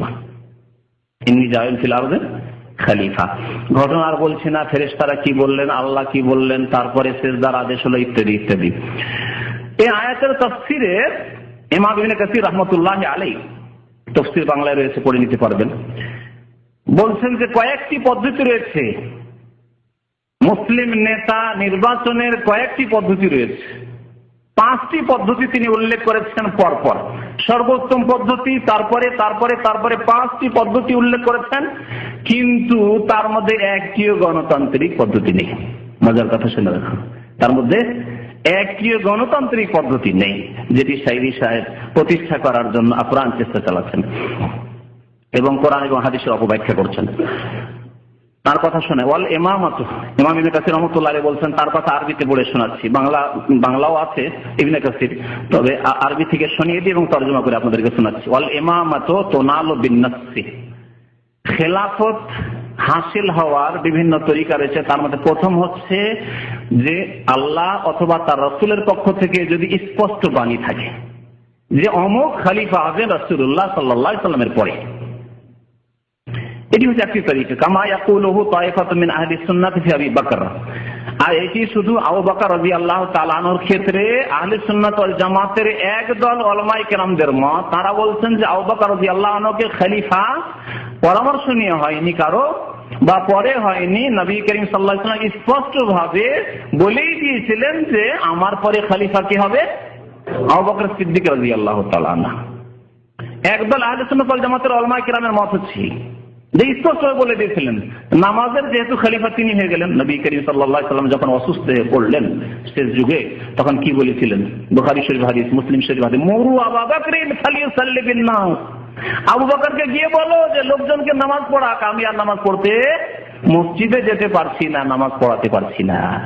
তো নামাজের মতো এত গুরুত্বপূর্ণ ইবাদত কালিমায়ে তাওহীদের পরে যার খেলাফত নবী করিম সাল্লাল্লাহু আলাইহি ওয়াসাল্লাম দিয়ে দিলেন, নবী সাল্লাল্লাহু আলাইহি ওয়াসাল্লামের স্থলাভিষিক্ত বানিয়ে দিলেন আবু বকর সিদ্দিক রাদিয়াল্লাহু তাআলা আনহুকে। এছাড়াও বেশ কিছু দলিল প্রমাণ রয়েছে। এক মহিলা এসে জিজ্ঞাসা করছে যে আপনার ইন্তেকালের পরে আপনাকে যদি না পাই, আপনাকে পেলাম না, অথবা আপনি ইন্তেকাল করেছেন, তাহলে কার কাছে যাব, কার কাছে মাসলা জিজ্ঞাসা করব? বললেন সাথী আবি বকর, আবু বকরের কাছে গিয়ে মাসলা জানি, আবু বকরের কাছে যাবো তোমরা, গিয়ে তার কাছে দ্বীন সম্পর্কে জ্ঞান হাসিল করে জিজ্ঞাসা করবে। তো বিভিন্ন হাদিস দ্বারা নবী করিম সাল্লাল্লাহু আলাইহি ওয়াসাল্লাম প্রমাণ করে দিয়েছিলেন যে আমার পরে খলিফা হবেন কে, আবু বকর সিদ্দিক রাদিয়াল্লাহু তাআলা আনহু। এই একটি আহলে সুন্নাত ওয়াল জামাতের মত। আরেকটি মত হচ্ছে আহলে সুন্নাত ওয়াল জামাতের দ্বিতীয় দল আলেম, তারা বলছেন না, স্পষ্ট ভাবে বলেন নবী সাল্লাল্লাহু আলাইহি ওয়াসাল্লাম, কিন্তু ইঙ্গিত করে দিয়েছিলেন, বহু ক্ষেত্রে ইঙ্গিত করে দিয়েছিলেন যে আমার পরে তোমরা খলিফা বানাবে তাকে, আবু বকর, আও বিল ইমায়ে ইলাইহি, আবু বকর রাদিয়াল্লাহু তাআলা আনহুর দিকে ইঙ্গিত করে দিয়েছেন নামাজের ব্যাপারে আর অন্যান্য ব্যাপারে বিভিন্ন ক্ষেত্রে। যে কোনো সময় নবী সাল্লাল্লাহু আলাইহি ওয়াসাল্লাম যখন কোনো জায়গায় বেরোতেন বলতেন খারাজতু আনা আবু বকর ওয়া উমর, আমি বের হইলাম, আবু বকর বের হলেন, উমর বের হলেন, দাখালতু আনা আবু বকর উমর, আমি বের হইলাম, ঢুকলাম, আবু বকর ঢুকলেন, তারপর উমর ঢুকলেন। বহু হাদিস এরকম রয়েছে। কামা ইয়াকুলু আখারুনা মিনহুম, আহলে সুন্নাত ওয়াল জামাতের, তাহলে আহলে সুন্নাত ওয়াল জামাত হানাফি, শাফিঈ, মালিকি, হাম্বলি, আহলে হাদিস সমস্ত উলামায়ে কিরাম আবু বকর সিদ্দিকের খেলাফত সম্পর্কে দুটি মত রাখে। এক দল বলছেন না, স্পষ্ট দলিল ছিল, আর এক দল বলছেন যে ইশারা ইঙ্গিত ছিল যে আমার পরে খলিফা হবে আবু বকর সিদ্দিক রাদিয়াল্লাহু তাআলা। দ্বিতীয় তরিকা, এই তরিকার রাস্তা আর নেই, আছে কি?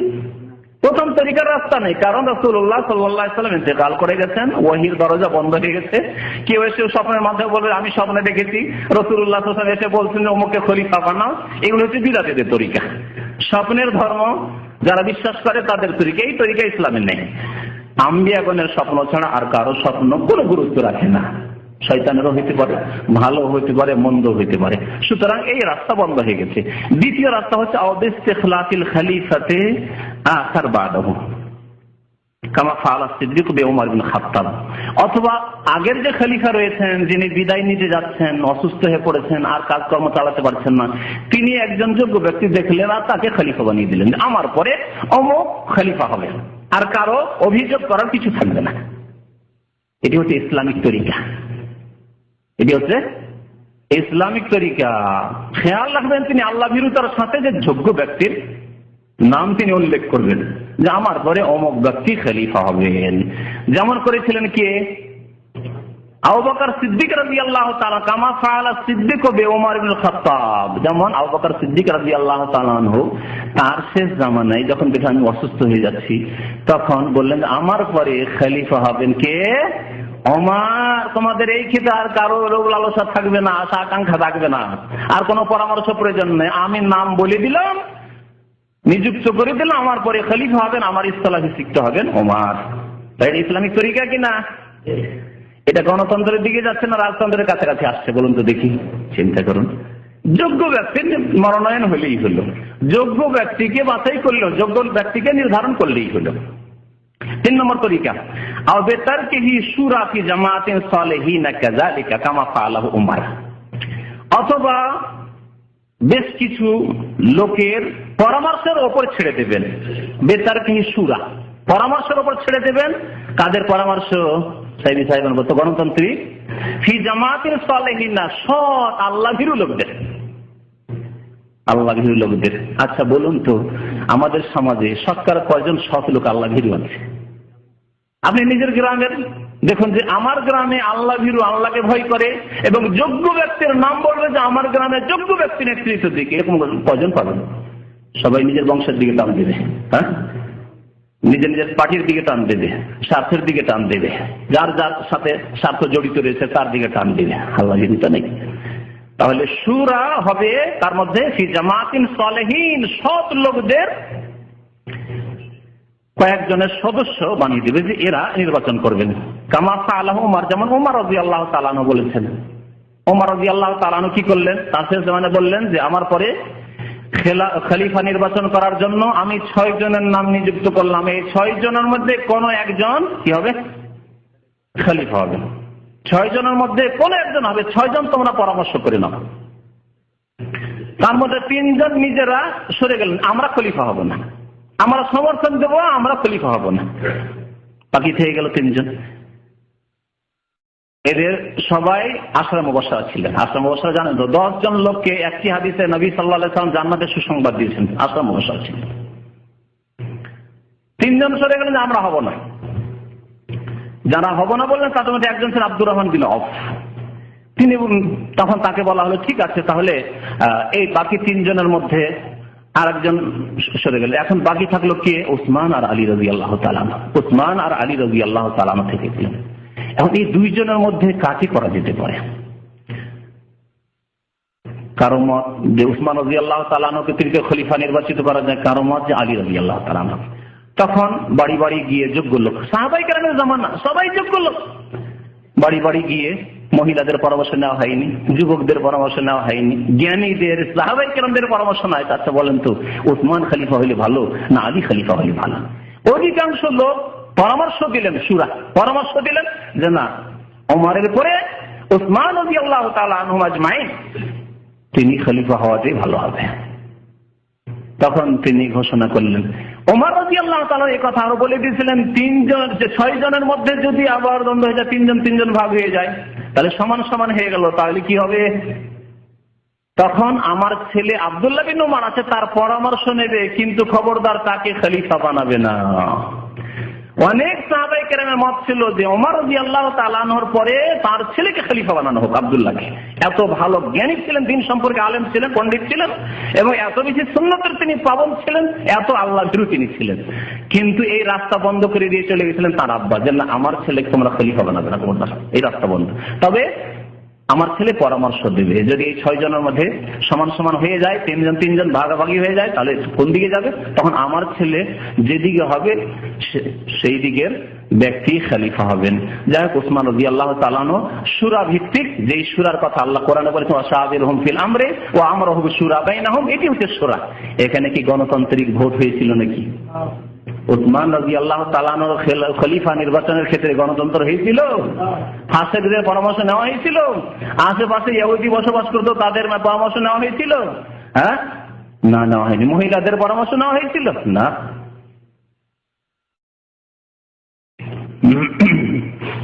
4 নম্বর খলিফা নির্বাচনের তরিকা, আও বিজতিমাই আহলিল হাল্লি ওয়াল আকদি আলা মুবায়াতিহি আও মুবায়াতি আহাদিন মিনহুম লাহু ফায়াজিবু ইলতিজামুহু ইনদাল জুমহুর ওয়া হুকিয়া আলা যালিক ওয়া হাকা আলা যালিক ইমামুল হারমাইন আল ইজমা ওয়াল্লাহু আ'লাম।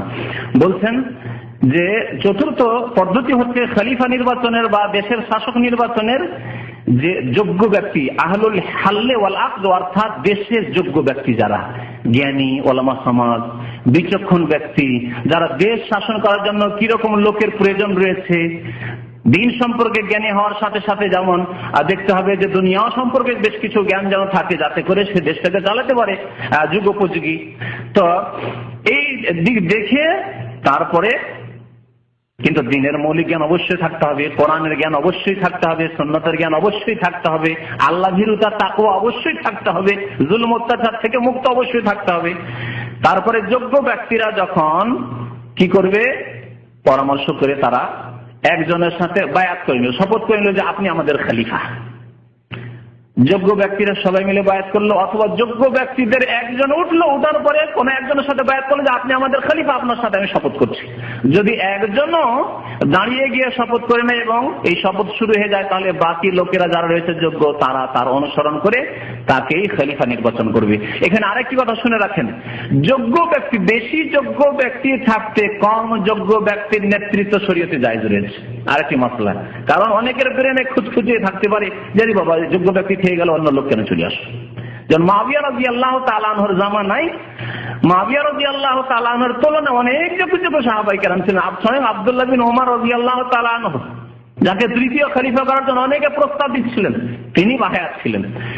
যোগ্য ব্যক্তি থাকা সত্ত্বেও, অধিক যোগ্য ব্যক্তি থাকা সত্ত্বেও তার চাইতে নিম্ন কিন্তু যোগ্য ব্যক্তি শরীয়তের দৃষ্টিতে যদি হয়, আর তাকে যদি খেলাফত দিয়ে দেওয়া হয়, তাহলে সেই খেলাফত সহিহ, আর সেই রাষ্ট্র হচ্ছে ইসলামিক রাষ্ট্র, এবং সেই শাসক হচ্ছেন মুসলিম শাসক, ইসলামিক শাসক। তারপরে বলছেন যে যখন এইরকম যোগ্য ব্যক্তিরা যখন বায়াত শপথ করে নেবেন, তাহলে এর পাবন্দি করা অধিকাংশ আলেমদের নিকটে জরুরি হয়ে যাবে। এবং এর ওপর ইমামুল হারমাইন আল জুওয়াইনি, ইমামুল হারমাইন একজন বড় ফাকিহ আলেম ছিলেন, তিনি ইজমা উল্লেখ করেছেন যে এই ক্ষেত্রে উম্মতের উলামায়ে কেরামের ঐক্যমত রয়েছে চতুর্থ তরিকার উপর। পঞ্চম তরিকা, যেটি ইসলামিক তরিকা নয় পুরোপুরি, কিন্তু তারপরেও যদি শাসন ক্ষমতায় চলে আসে তবু আনুগত্য করতে হবে। পঞ্চম তরিকা কি, আও বিকাহরি ওয়াহিদি মিনান নাস আলা তাআতিহি, জোর পূর্বক বল প্রয়োগ করে অস্ত্রের ক্ষমতার দ্বারা নেতৃত্বে চলে আসে। যেমন মোগলদের জামানায় মোগলদের পতন ঘটে, শেরশাহ সূরি চলে আসে। শেরশাহ সূরিকে আপনি মুসলিম বাদশা বলবেন না, ইসলামী আইনে তিনি বাস্তবায়ন করেননি, ইসলাম মোতাবেক দেশ শাসন করেননি দেশে। এমনকি বাদশাহ আলমগীর, কিভাবে এসেছেন বাদশাহ আলমগীর? তার পিতা বাদশাহ ছিলেন, তিনি বাদশাহ হয়েছেন। সে বাদশাহ আলমগীর এত বড় আলেম যে ফতোয়া আলমগীরি হানাফি মাযহাবের সবচেয়ে বড় ফিকার কিতাব। ফতোয়া আলমগীরের নাম শুনেছেন? মাসিক মদিনা হানাফি পত্রিকাগুলি আর হানাফি কিতাবগুলি দেবেন ফতোয়া আলমগীরি আর স্বামী, তাই না? এই ফতোয়া আলমগীরি যার নেতৃত্বে রচনা করা হয়েছে, লেখা হয়েছিল, সংকলন করা হয়েছিল, তিনি হচ্ছেন বাদশাহ আওরঙ্গজেব আলমগীর। তিনিও রাজতান্ত্রিক ভিত্তিক রাজা হয়ে দীর্ঘদিন অখণ্ড ভারতের শাসন করেছেন, বর্মা থেকে শুরু করে আফগানিস্তান পর্যন্ত। তো 5 নম্বর কি হলো, যে কোনো ব্যক্তি বল প্রয়োগ করে অস্ত্রের দ্বারা, ক্ষমতার দ্বারা নেতৃত্বে চলে আসে, বলছে আমি দেশের মালিক। সামরিক শাসন যেমন মনে করেন, সামরিক শাসন বল প্রয়োগ করে নেতৃত্বে চলে আসলাম। বলছেন যে তার আনুগত্য করা ফরজ। বল প্রয়োগ করে এসছে, তার আনুগত্য করা ফরজ হয়ে যাবে। কারণ যদি আনুগত্য না করেন, তার হাতে ক্ষমতা রয়েছে, প্রশাসন তার হাতে, অস্ত্র তার কাছে রয়েছে, তাহলে দেশবাসীকে খুন করবে পাইকারি হারে, গণহত্যা শুরু করবে, যে বিরোধিতা করবে তাকে হত্যা করবে। এতে আরো অশান্তি সৃষ্টি হবে। যেমন অশান্তি দেখতে পাচ্ছেন যে দেশগুলিতে যুদ্ধের অবস্থা রয়েছে, আজকে ইরাকে, আজকে ফিলিস্তিন, আফগানিস্তানে কি অবস্থা, গৃহযুদ্ধ, আপোষের লড়াই, কে কাকে মারছে কোনো খবর নাই, কোনো নিরাপত্তা নাই, কোনো শান্তি নেই, এইরকম অবস্থা শুরু। সুতরাং এইরকম জালিম শাসক যদি বল প্রয়োগ করেও নেতৃত্বে চলে আসে মুসলিমদের, তার আনুগত্য করা ফরজ হবে। লে আল্লাহ ইউআদ্দি যালিকা ইলা শিকাক ওয়াল ইখতিলাফ, যাতে করে মতানৈক্য সৃষ্টি না হয়, বিরোধ সৃষ্টি আর গৃহযুদ্ধ না শুরু হয়ে যায়। ওয়াকাদ নাসসা আলাইহি শাফিঈ, ইমাম শাফিঈ রাহমাতুল্লাহ আলাইহি এটিকে স্পষ্টভাবে উল্লেখ করেছেন যে এইরকম শাসকেরও আনুগত্য করতে হবে। তাফসীর ইবনে কাসির প্রথম খণ্ড 221 পৃষ্ঠা। 5টি তরিকার মধ্যে গণতন্ত্র পেলেন, তাহলে গণতন্ত্র নেই। গণতন্ত্র জন্ম দিয়েছে ইহুদিরা, খ্রিস্টান দেশে জন্ম নিয়েছে, আর সেখান থেকে মুসলিম দেশে, হাইরে মুসলিমরা নিজের দুর্বলতার কারণে নিজের দেশে নিয়ে এসেছে। এটা কার উল্টা?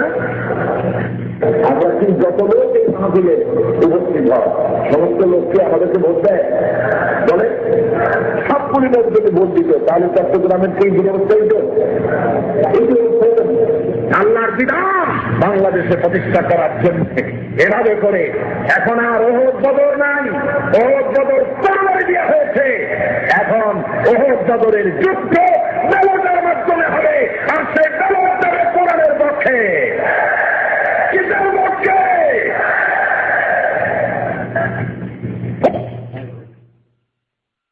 শুনলেন যে এখন আর ওহদ বদর নেই, বাস্তবে নেই যদি বলা হয় ব্যাখ্যা করা যেতে পারে, তাহলে এখন আমরা করতে পারছি না সেজন্য নেই। কিন্তু যদি এর অর্থ হয় যে শরীয়তে নেই সেজন্য আমরা বিকল্প নিয়ে এসেছি, তাহলে কোরআনের একটি ফরজ বিধানকে অস্বীকার করা হবে, ঈমানের আশঙ্কা রয়েছে। তো এ সম্পর্কে শোনেন, ওহদ বদর যদি আমরা নাও করতে পারি শরীয়তে আপন জায়গায় আছে।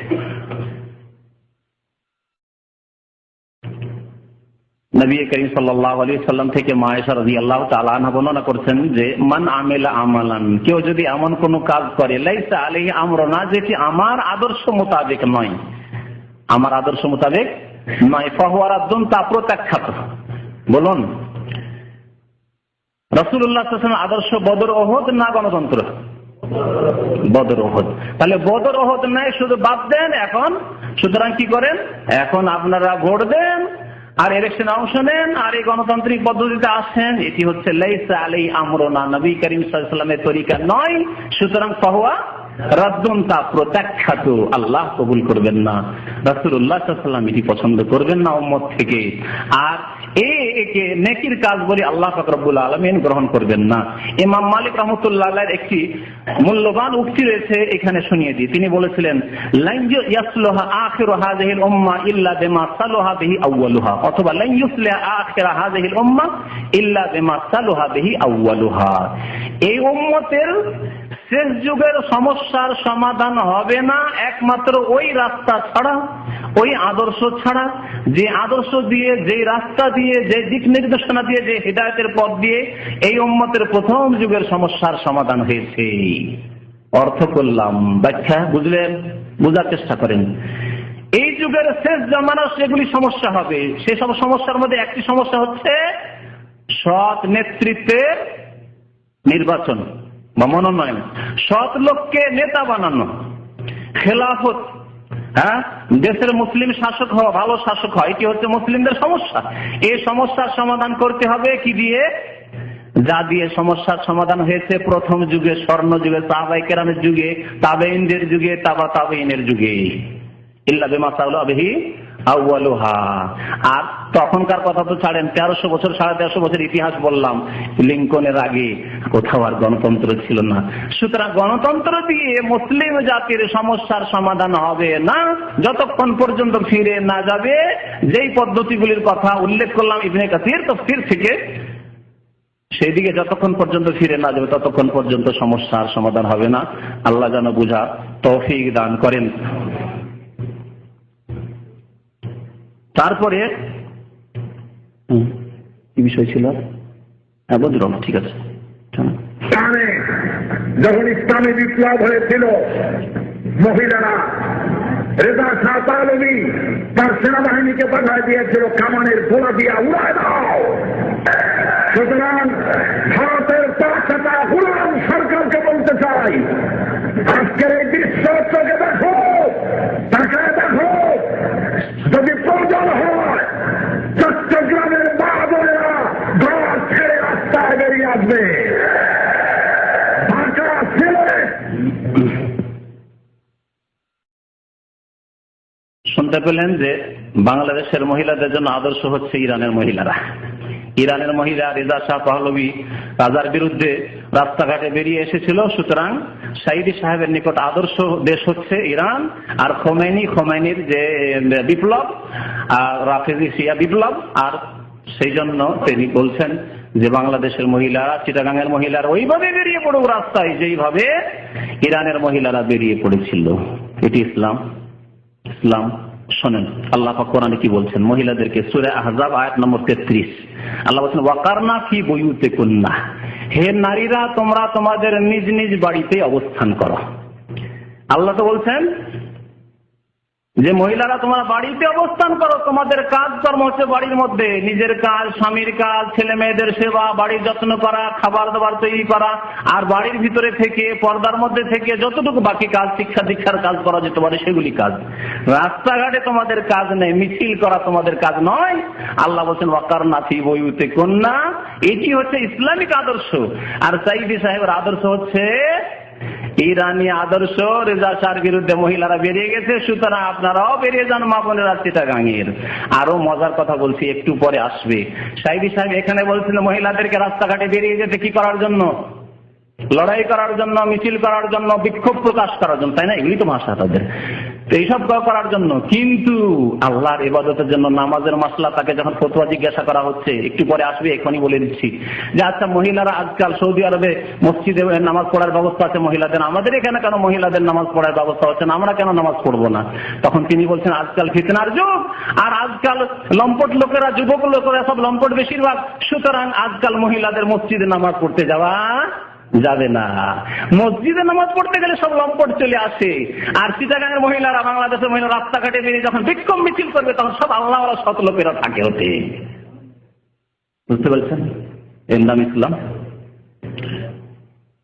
আর একটি কথা তিনি বলেছেন, বাংলাদেশের যে ক্ষমতায় যে দল ছিল সেই দল সম্পর্কে, অর্থাৎ আওয়ামী লীগ সম্পর্কে বলেছেন, নাম যদিও বলেননি কিন্তু উদ্দেশ্য তার ভারতের পাঁচাটা গোলাম বলেছেন। এটা ইসলামিক আদর্শ নয়। আল্লাহ পাক রব্বুল আলামিন এইরকম মুসলিমকে গালি দেওয়া তো দূরের কথা, কাফেরকেও গালি দিতে, কাফেরদের দেবী দেবতাও গালি দিতে নিষেধ করেছেন। আয়াত শুনে আপনাদেরকে আল্লাহ পাক বলেছেন ওয়ালা তাসুবুল্লাযিনা ইয়াদউনা মিন দুনিল্লাহ, তোমরা গালি দিও না ওইসব লোকদেরকে বা ওইসব দেবী দেবতাদেরকে যারা আল্লাহ ছাড়া অন্যকে ডাকে। তাহলে আল্লাহ পাক রব্বুল আলামিন হিন্দুকে গালি দিতে নিষেধ করেছেন, ইহুদি নাসারাকে গালি দিতে নিষেধ করেছেন, জি মুশরিককে গালি দিতে নিষেধ করেছেন, মুশরিকদের দেবী দেবতাকে গালি দিতে নিষেধ করেছেন। ফায়াসুবুল্লাহ, কারণ ক্ষতি হবে তোমাদের। ফায়াসুবুল্লাহ, তারা প্রতিক্রিয়ামূলক তখন আল্লাহকে গালি দেবে আদওয়ান, শত্রুতা বশত, বেগাইরে ইলমিন, এবং অজ্ঞতা বশত। সুতরাং খবরদার এই কাজ করিও না। এই গালে ভারতের পাঁচাটা গোলাম বলাই উপকার হবে না অপকার বেশি হবে? বলুন। অপকার হবে। এতে হবে কি, উস্কানি দেওয়া হবে ভারতকে, একটি বড় দেশকে। এই উস্কানির কারণেই দেখা যাচ্ছে যে পদ্মার পানি তারা আওয়ামী লীগের যুগে তো ছাড়ে, কিন্তু যখন অন্যরা আসে তখন আর ছাড়তে চায় না, এই উস্কানির কারণে। তো লাভ হলো না লসই হইল। তারপরে শুনে রাখুন আর একটি কথা, যে যেই দলটিকে গালি দিচ্ছেন ভারতের পাঁচটা গোলাম বলে, তারা তখন আপনার চাইতে বেশি মিথ্যা বলতে পারে। সুতরাং কি বলবে তারা? তখন আপনাদেরকে বলবে পাকিস্তানের পাঁচটা গোলাম, রাজাকার, কি বলে আরো ঘাতক, কি বলে ঘাতক দালাল, আল বদর নামটা তো ভালো, আরো ঘাতক, গাদ্দার, এরা হচ্ছে মির্জাফর, হ্যাঁ বলে না?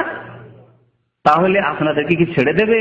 আপনাদের অনেকেই, বড় অধিকাংশই হয়তো ভালো মানুষ আছেন যে যারা এসব ঘাতকতা করেননি, এসব আপনারা দেশের অকল্যাণ চাননি, মঙ্গলই চেয়েছিলেন হয়তো ৭১, কিন্তু আপনাদেরকে সবকে, ওরা যাদেরকে আপনি পাঁচাটা গোলাম বলছেন, তারা তখন আপনাকে কি করে যে দেশদ্রোহী বানিয়ে দিয়ে আপনাকে পাকিস্তানের দালাল বানিয়ে দিচ্ছে। দেখলেন আল্লাহ পাক যে বলেছেন খবরদার, যারা আল্লাহ ছাড়া অন্যকে ডাকে, যারা গুনাহগার পাপিষ্ঠ, তাদেরকে গালি দিলে তারা আল্লাহকে গালি দিবে, তোমাদেরকেও গালি, তোমাদের ক্ষতি করবে। তাই হচ্ছে না?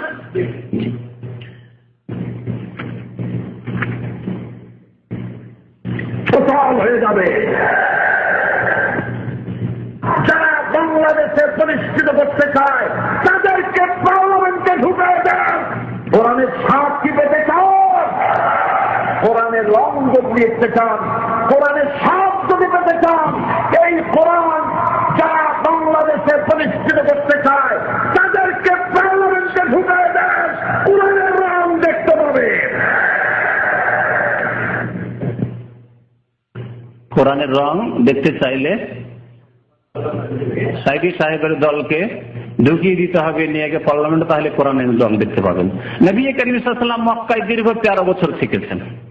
13 বছর সেখানে তিনি শাসন ক্ষমতা হাতে পাননি। খেলাফত বা আল্লাহ পাক রব্বুল আলামিনের যে দণ্ডবিধান রয়েছে সেগুলি তিনি প্রতিষ্ঠা করতে পারেননি। নামাজও পড়েছেন, অধিকাংশ সময় গোপনে নামাজ পড়েছেন প্রথম যুগটায়।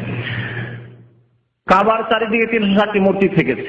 তার কাছে রাজত্ব পেশ করা হয়েছিল জানেন এই সিরাতুন নবীর ঘটনা জানেন, মক্কার মুশরিকরা আসলে প্রলোভন দিল যে ইয়া মুহাম্মদ হাল তরিদ মুলকান, আপনি রাজত্ব চান, মাল্লাক না, আপনাকে রাজা বানিয়ে দিচ্ছে, আমাদের রাজা হয়ে যান, কিন্তু আমাদের দেবী দেবতার বিরুদ্ধে বলিয়েন না, খবরদার। তো রাজত্ব তখন পাচ্ছিলেন, তারা তো পার্লামেন্টে ঢুকিয়ে দিতে চেয়েছিলেন, রাসূলুল্লাহ সাল্লাল্লাহু আলাইহি ওয়াসাল্লামকে তিনি ঢুকতে চাননি।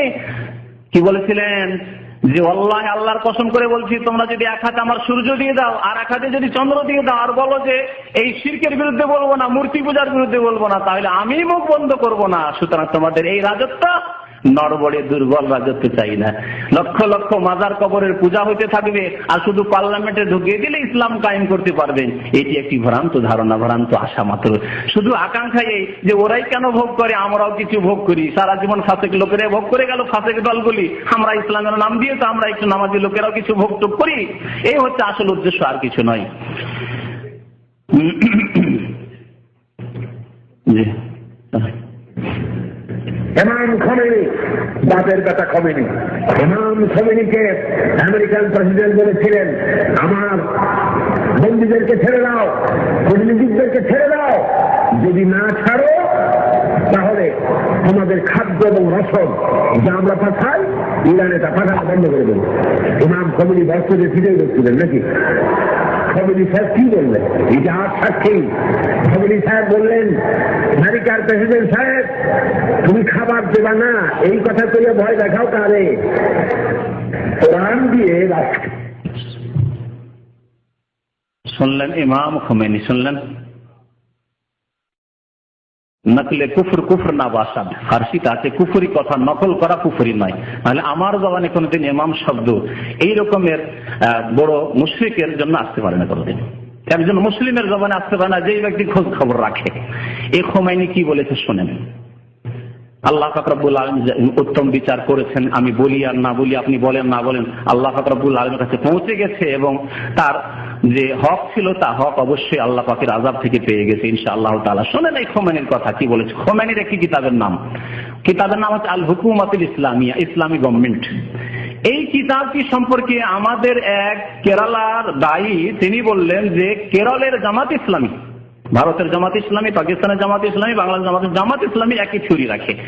তারা খোমেনির এই বইটিকে অনুবাদ করলো, অনুবাদ করেছে। সেই বইয়ের অনুবাদ সেই দায়ী নিজে পড়েছে, তার কাছে এখন বর্তমান বইটি নেই, যেহেতু কেরলে বইটি আছে, ছাপানো হয়েছে। সেই বইয়ে 2-3টি কথা শুধু বলবো, বেশি কথা বলবো না। কত বড় কথা সে বলেছে এবং লিখেছে এই খোমেনি। খোমেনি বলছে যে আবু বকর ওমর লানাহুমুল্লাহ ব্র্যাকেট, এবং জামাত ইসলামীরা কেরালার অনুবাদ করে ব্র্যাকেটে কেরালা ভাষা উচ্চারণ লিখছে লানাহুমুল্লাহ আস্তাগফিরুল্লাহ ওয়া আতুবু ইলাইহি। বলছে আবু বকর ওমর তাদের উপর আল্লাহর অভিশাপ হোক, লানত হোক। আল্লাহ বলছেন রাদিয়াল্লাহু আনহুম, আর এই জালেম ইসলামের শত্রু এরা বলছে লানাহুমুল্লাহ। আর তাদের চেলারা দুনিয়ার জন্য, পেটের জন্য কিছু সেখান থেকে দান পায়, কিছু পয়সা পায়, কিছু সহযোগিতা পায়, যার ফলে তাদের বই অনুবাদ করেছে আর তাই লিখেছে। আল্লাহু আকবার। এটি কি কত বড় কথা, কুফরি কথা নয়?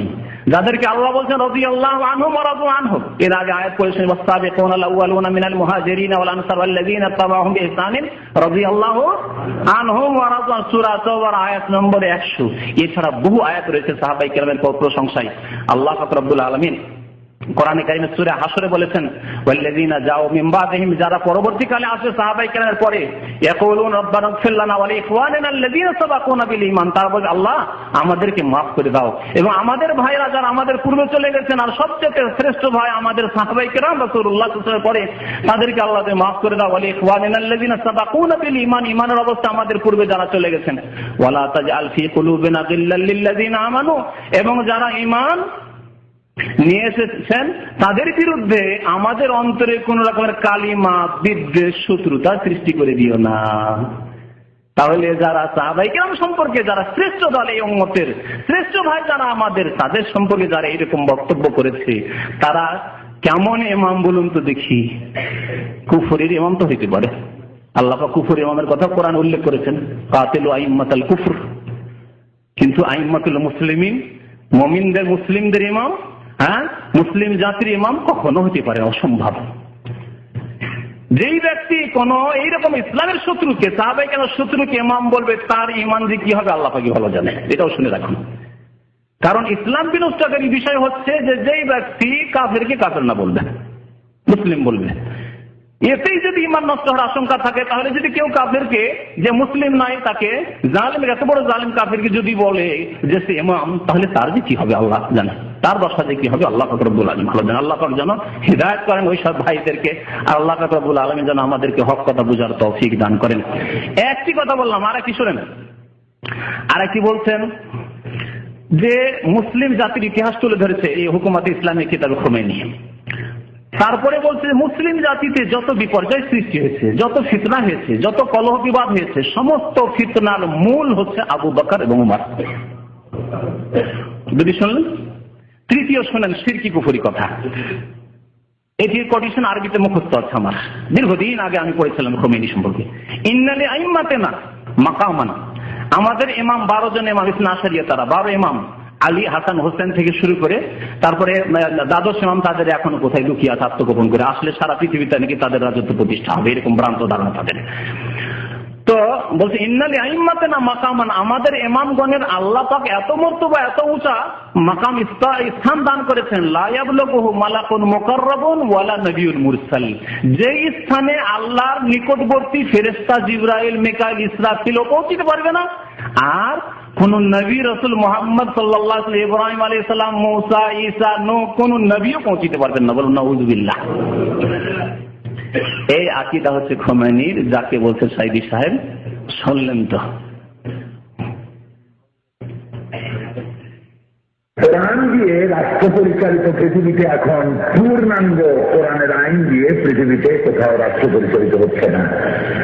তবে কোরআনের কিছু আইন দিয়ে দেশ পরিচালিত হচ্ছে, অর্ধেক অথবা তার থেকে বেশি অথবা তার থেকে কম, এরকম দেশ পরিচালিত হচ্ছে। আর যেসব দেশ কোরআনের আইন দিয়ে পরিচালিত হচ্ছে, সেখানে সব থেকে বেশি শান্তি বিরাজমান। এরকম একটি দেশের নাম তোমাদের শোনাতে পারি, কিছু কোরআনের কিছু আইন দিয়ে দেশ পরিচালিত হচ্ছে এবং খুব শান্তিতে আছে। এরকম একটা দেশের নাম তোমরাই বলো তো, এই দেশটার নাম কি? সৌদি আরব। সৌদি আরব। যারা সৌদি আরব বলেছ তাদের কথাটাই সঠিক হয়েছে। সৌদি আরব কোরআনের কিছু আইন চালু আছে, কিছু আইন চালু আছে, সে কারণেই সেখানে পৃথিবীর সব থেকে চুরি মারা, হত্যাকাণ্ড, ডাকাতি, ছিনতাই, রাজধানী সব থেকে কম হয় সৌদি আরবে। কথা স্পষ্ট তার শুনলেন যে সৌদি আরবে সামান্য ইসলাম আছে, ইসলামের সামান্য আইন অর্ধেকের একটু বেশি অথবা কম, এই করে তিনি বোঝালেন আপনাদেরকে যে সৌদি আরবে এইরকমই আংশিক ইসলাম প্রতিষ্ঠিত আছে। যদি সাইদি সাহেব সৌদি আরবের আদালত সম্পর্কে, মাহকামা কোর্টগুলি সম্পর্কে খোঁজ খবর রাখতেন, তাহলে এই কথা কোনোদিনই বলতেন না। আর যদি সৌদি আরবের সম্পর্কে তার অন্তরে শত্রুতা বিদ্বেষ না থাকতো, কখনোই কথা বলতেন না। বিদাতীদের স্বভাব হচ্ছে অন্তরে সৌদি আরবের উদ্দেশ্যে শত্রুতা রাখা। আমি আপনাদেরকে বলছি, বাংলাদেশে একজনকে জজ হতে হলে কি ডিগ্রি নিতে হয় বলুন? হ্যাঁ, LLB করতে হয়, আর না হলে যদি আবার ইউরোপ আমেরিকা থেকে ব্যারিস্টার হয়ে আসে তাহলে তো আরো বড় জজ, তাই না?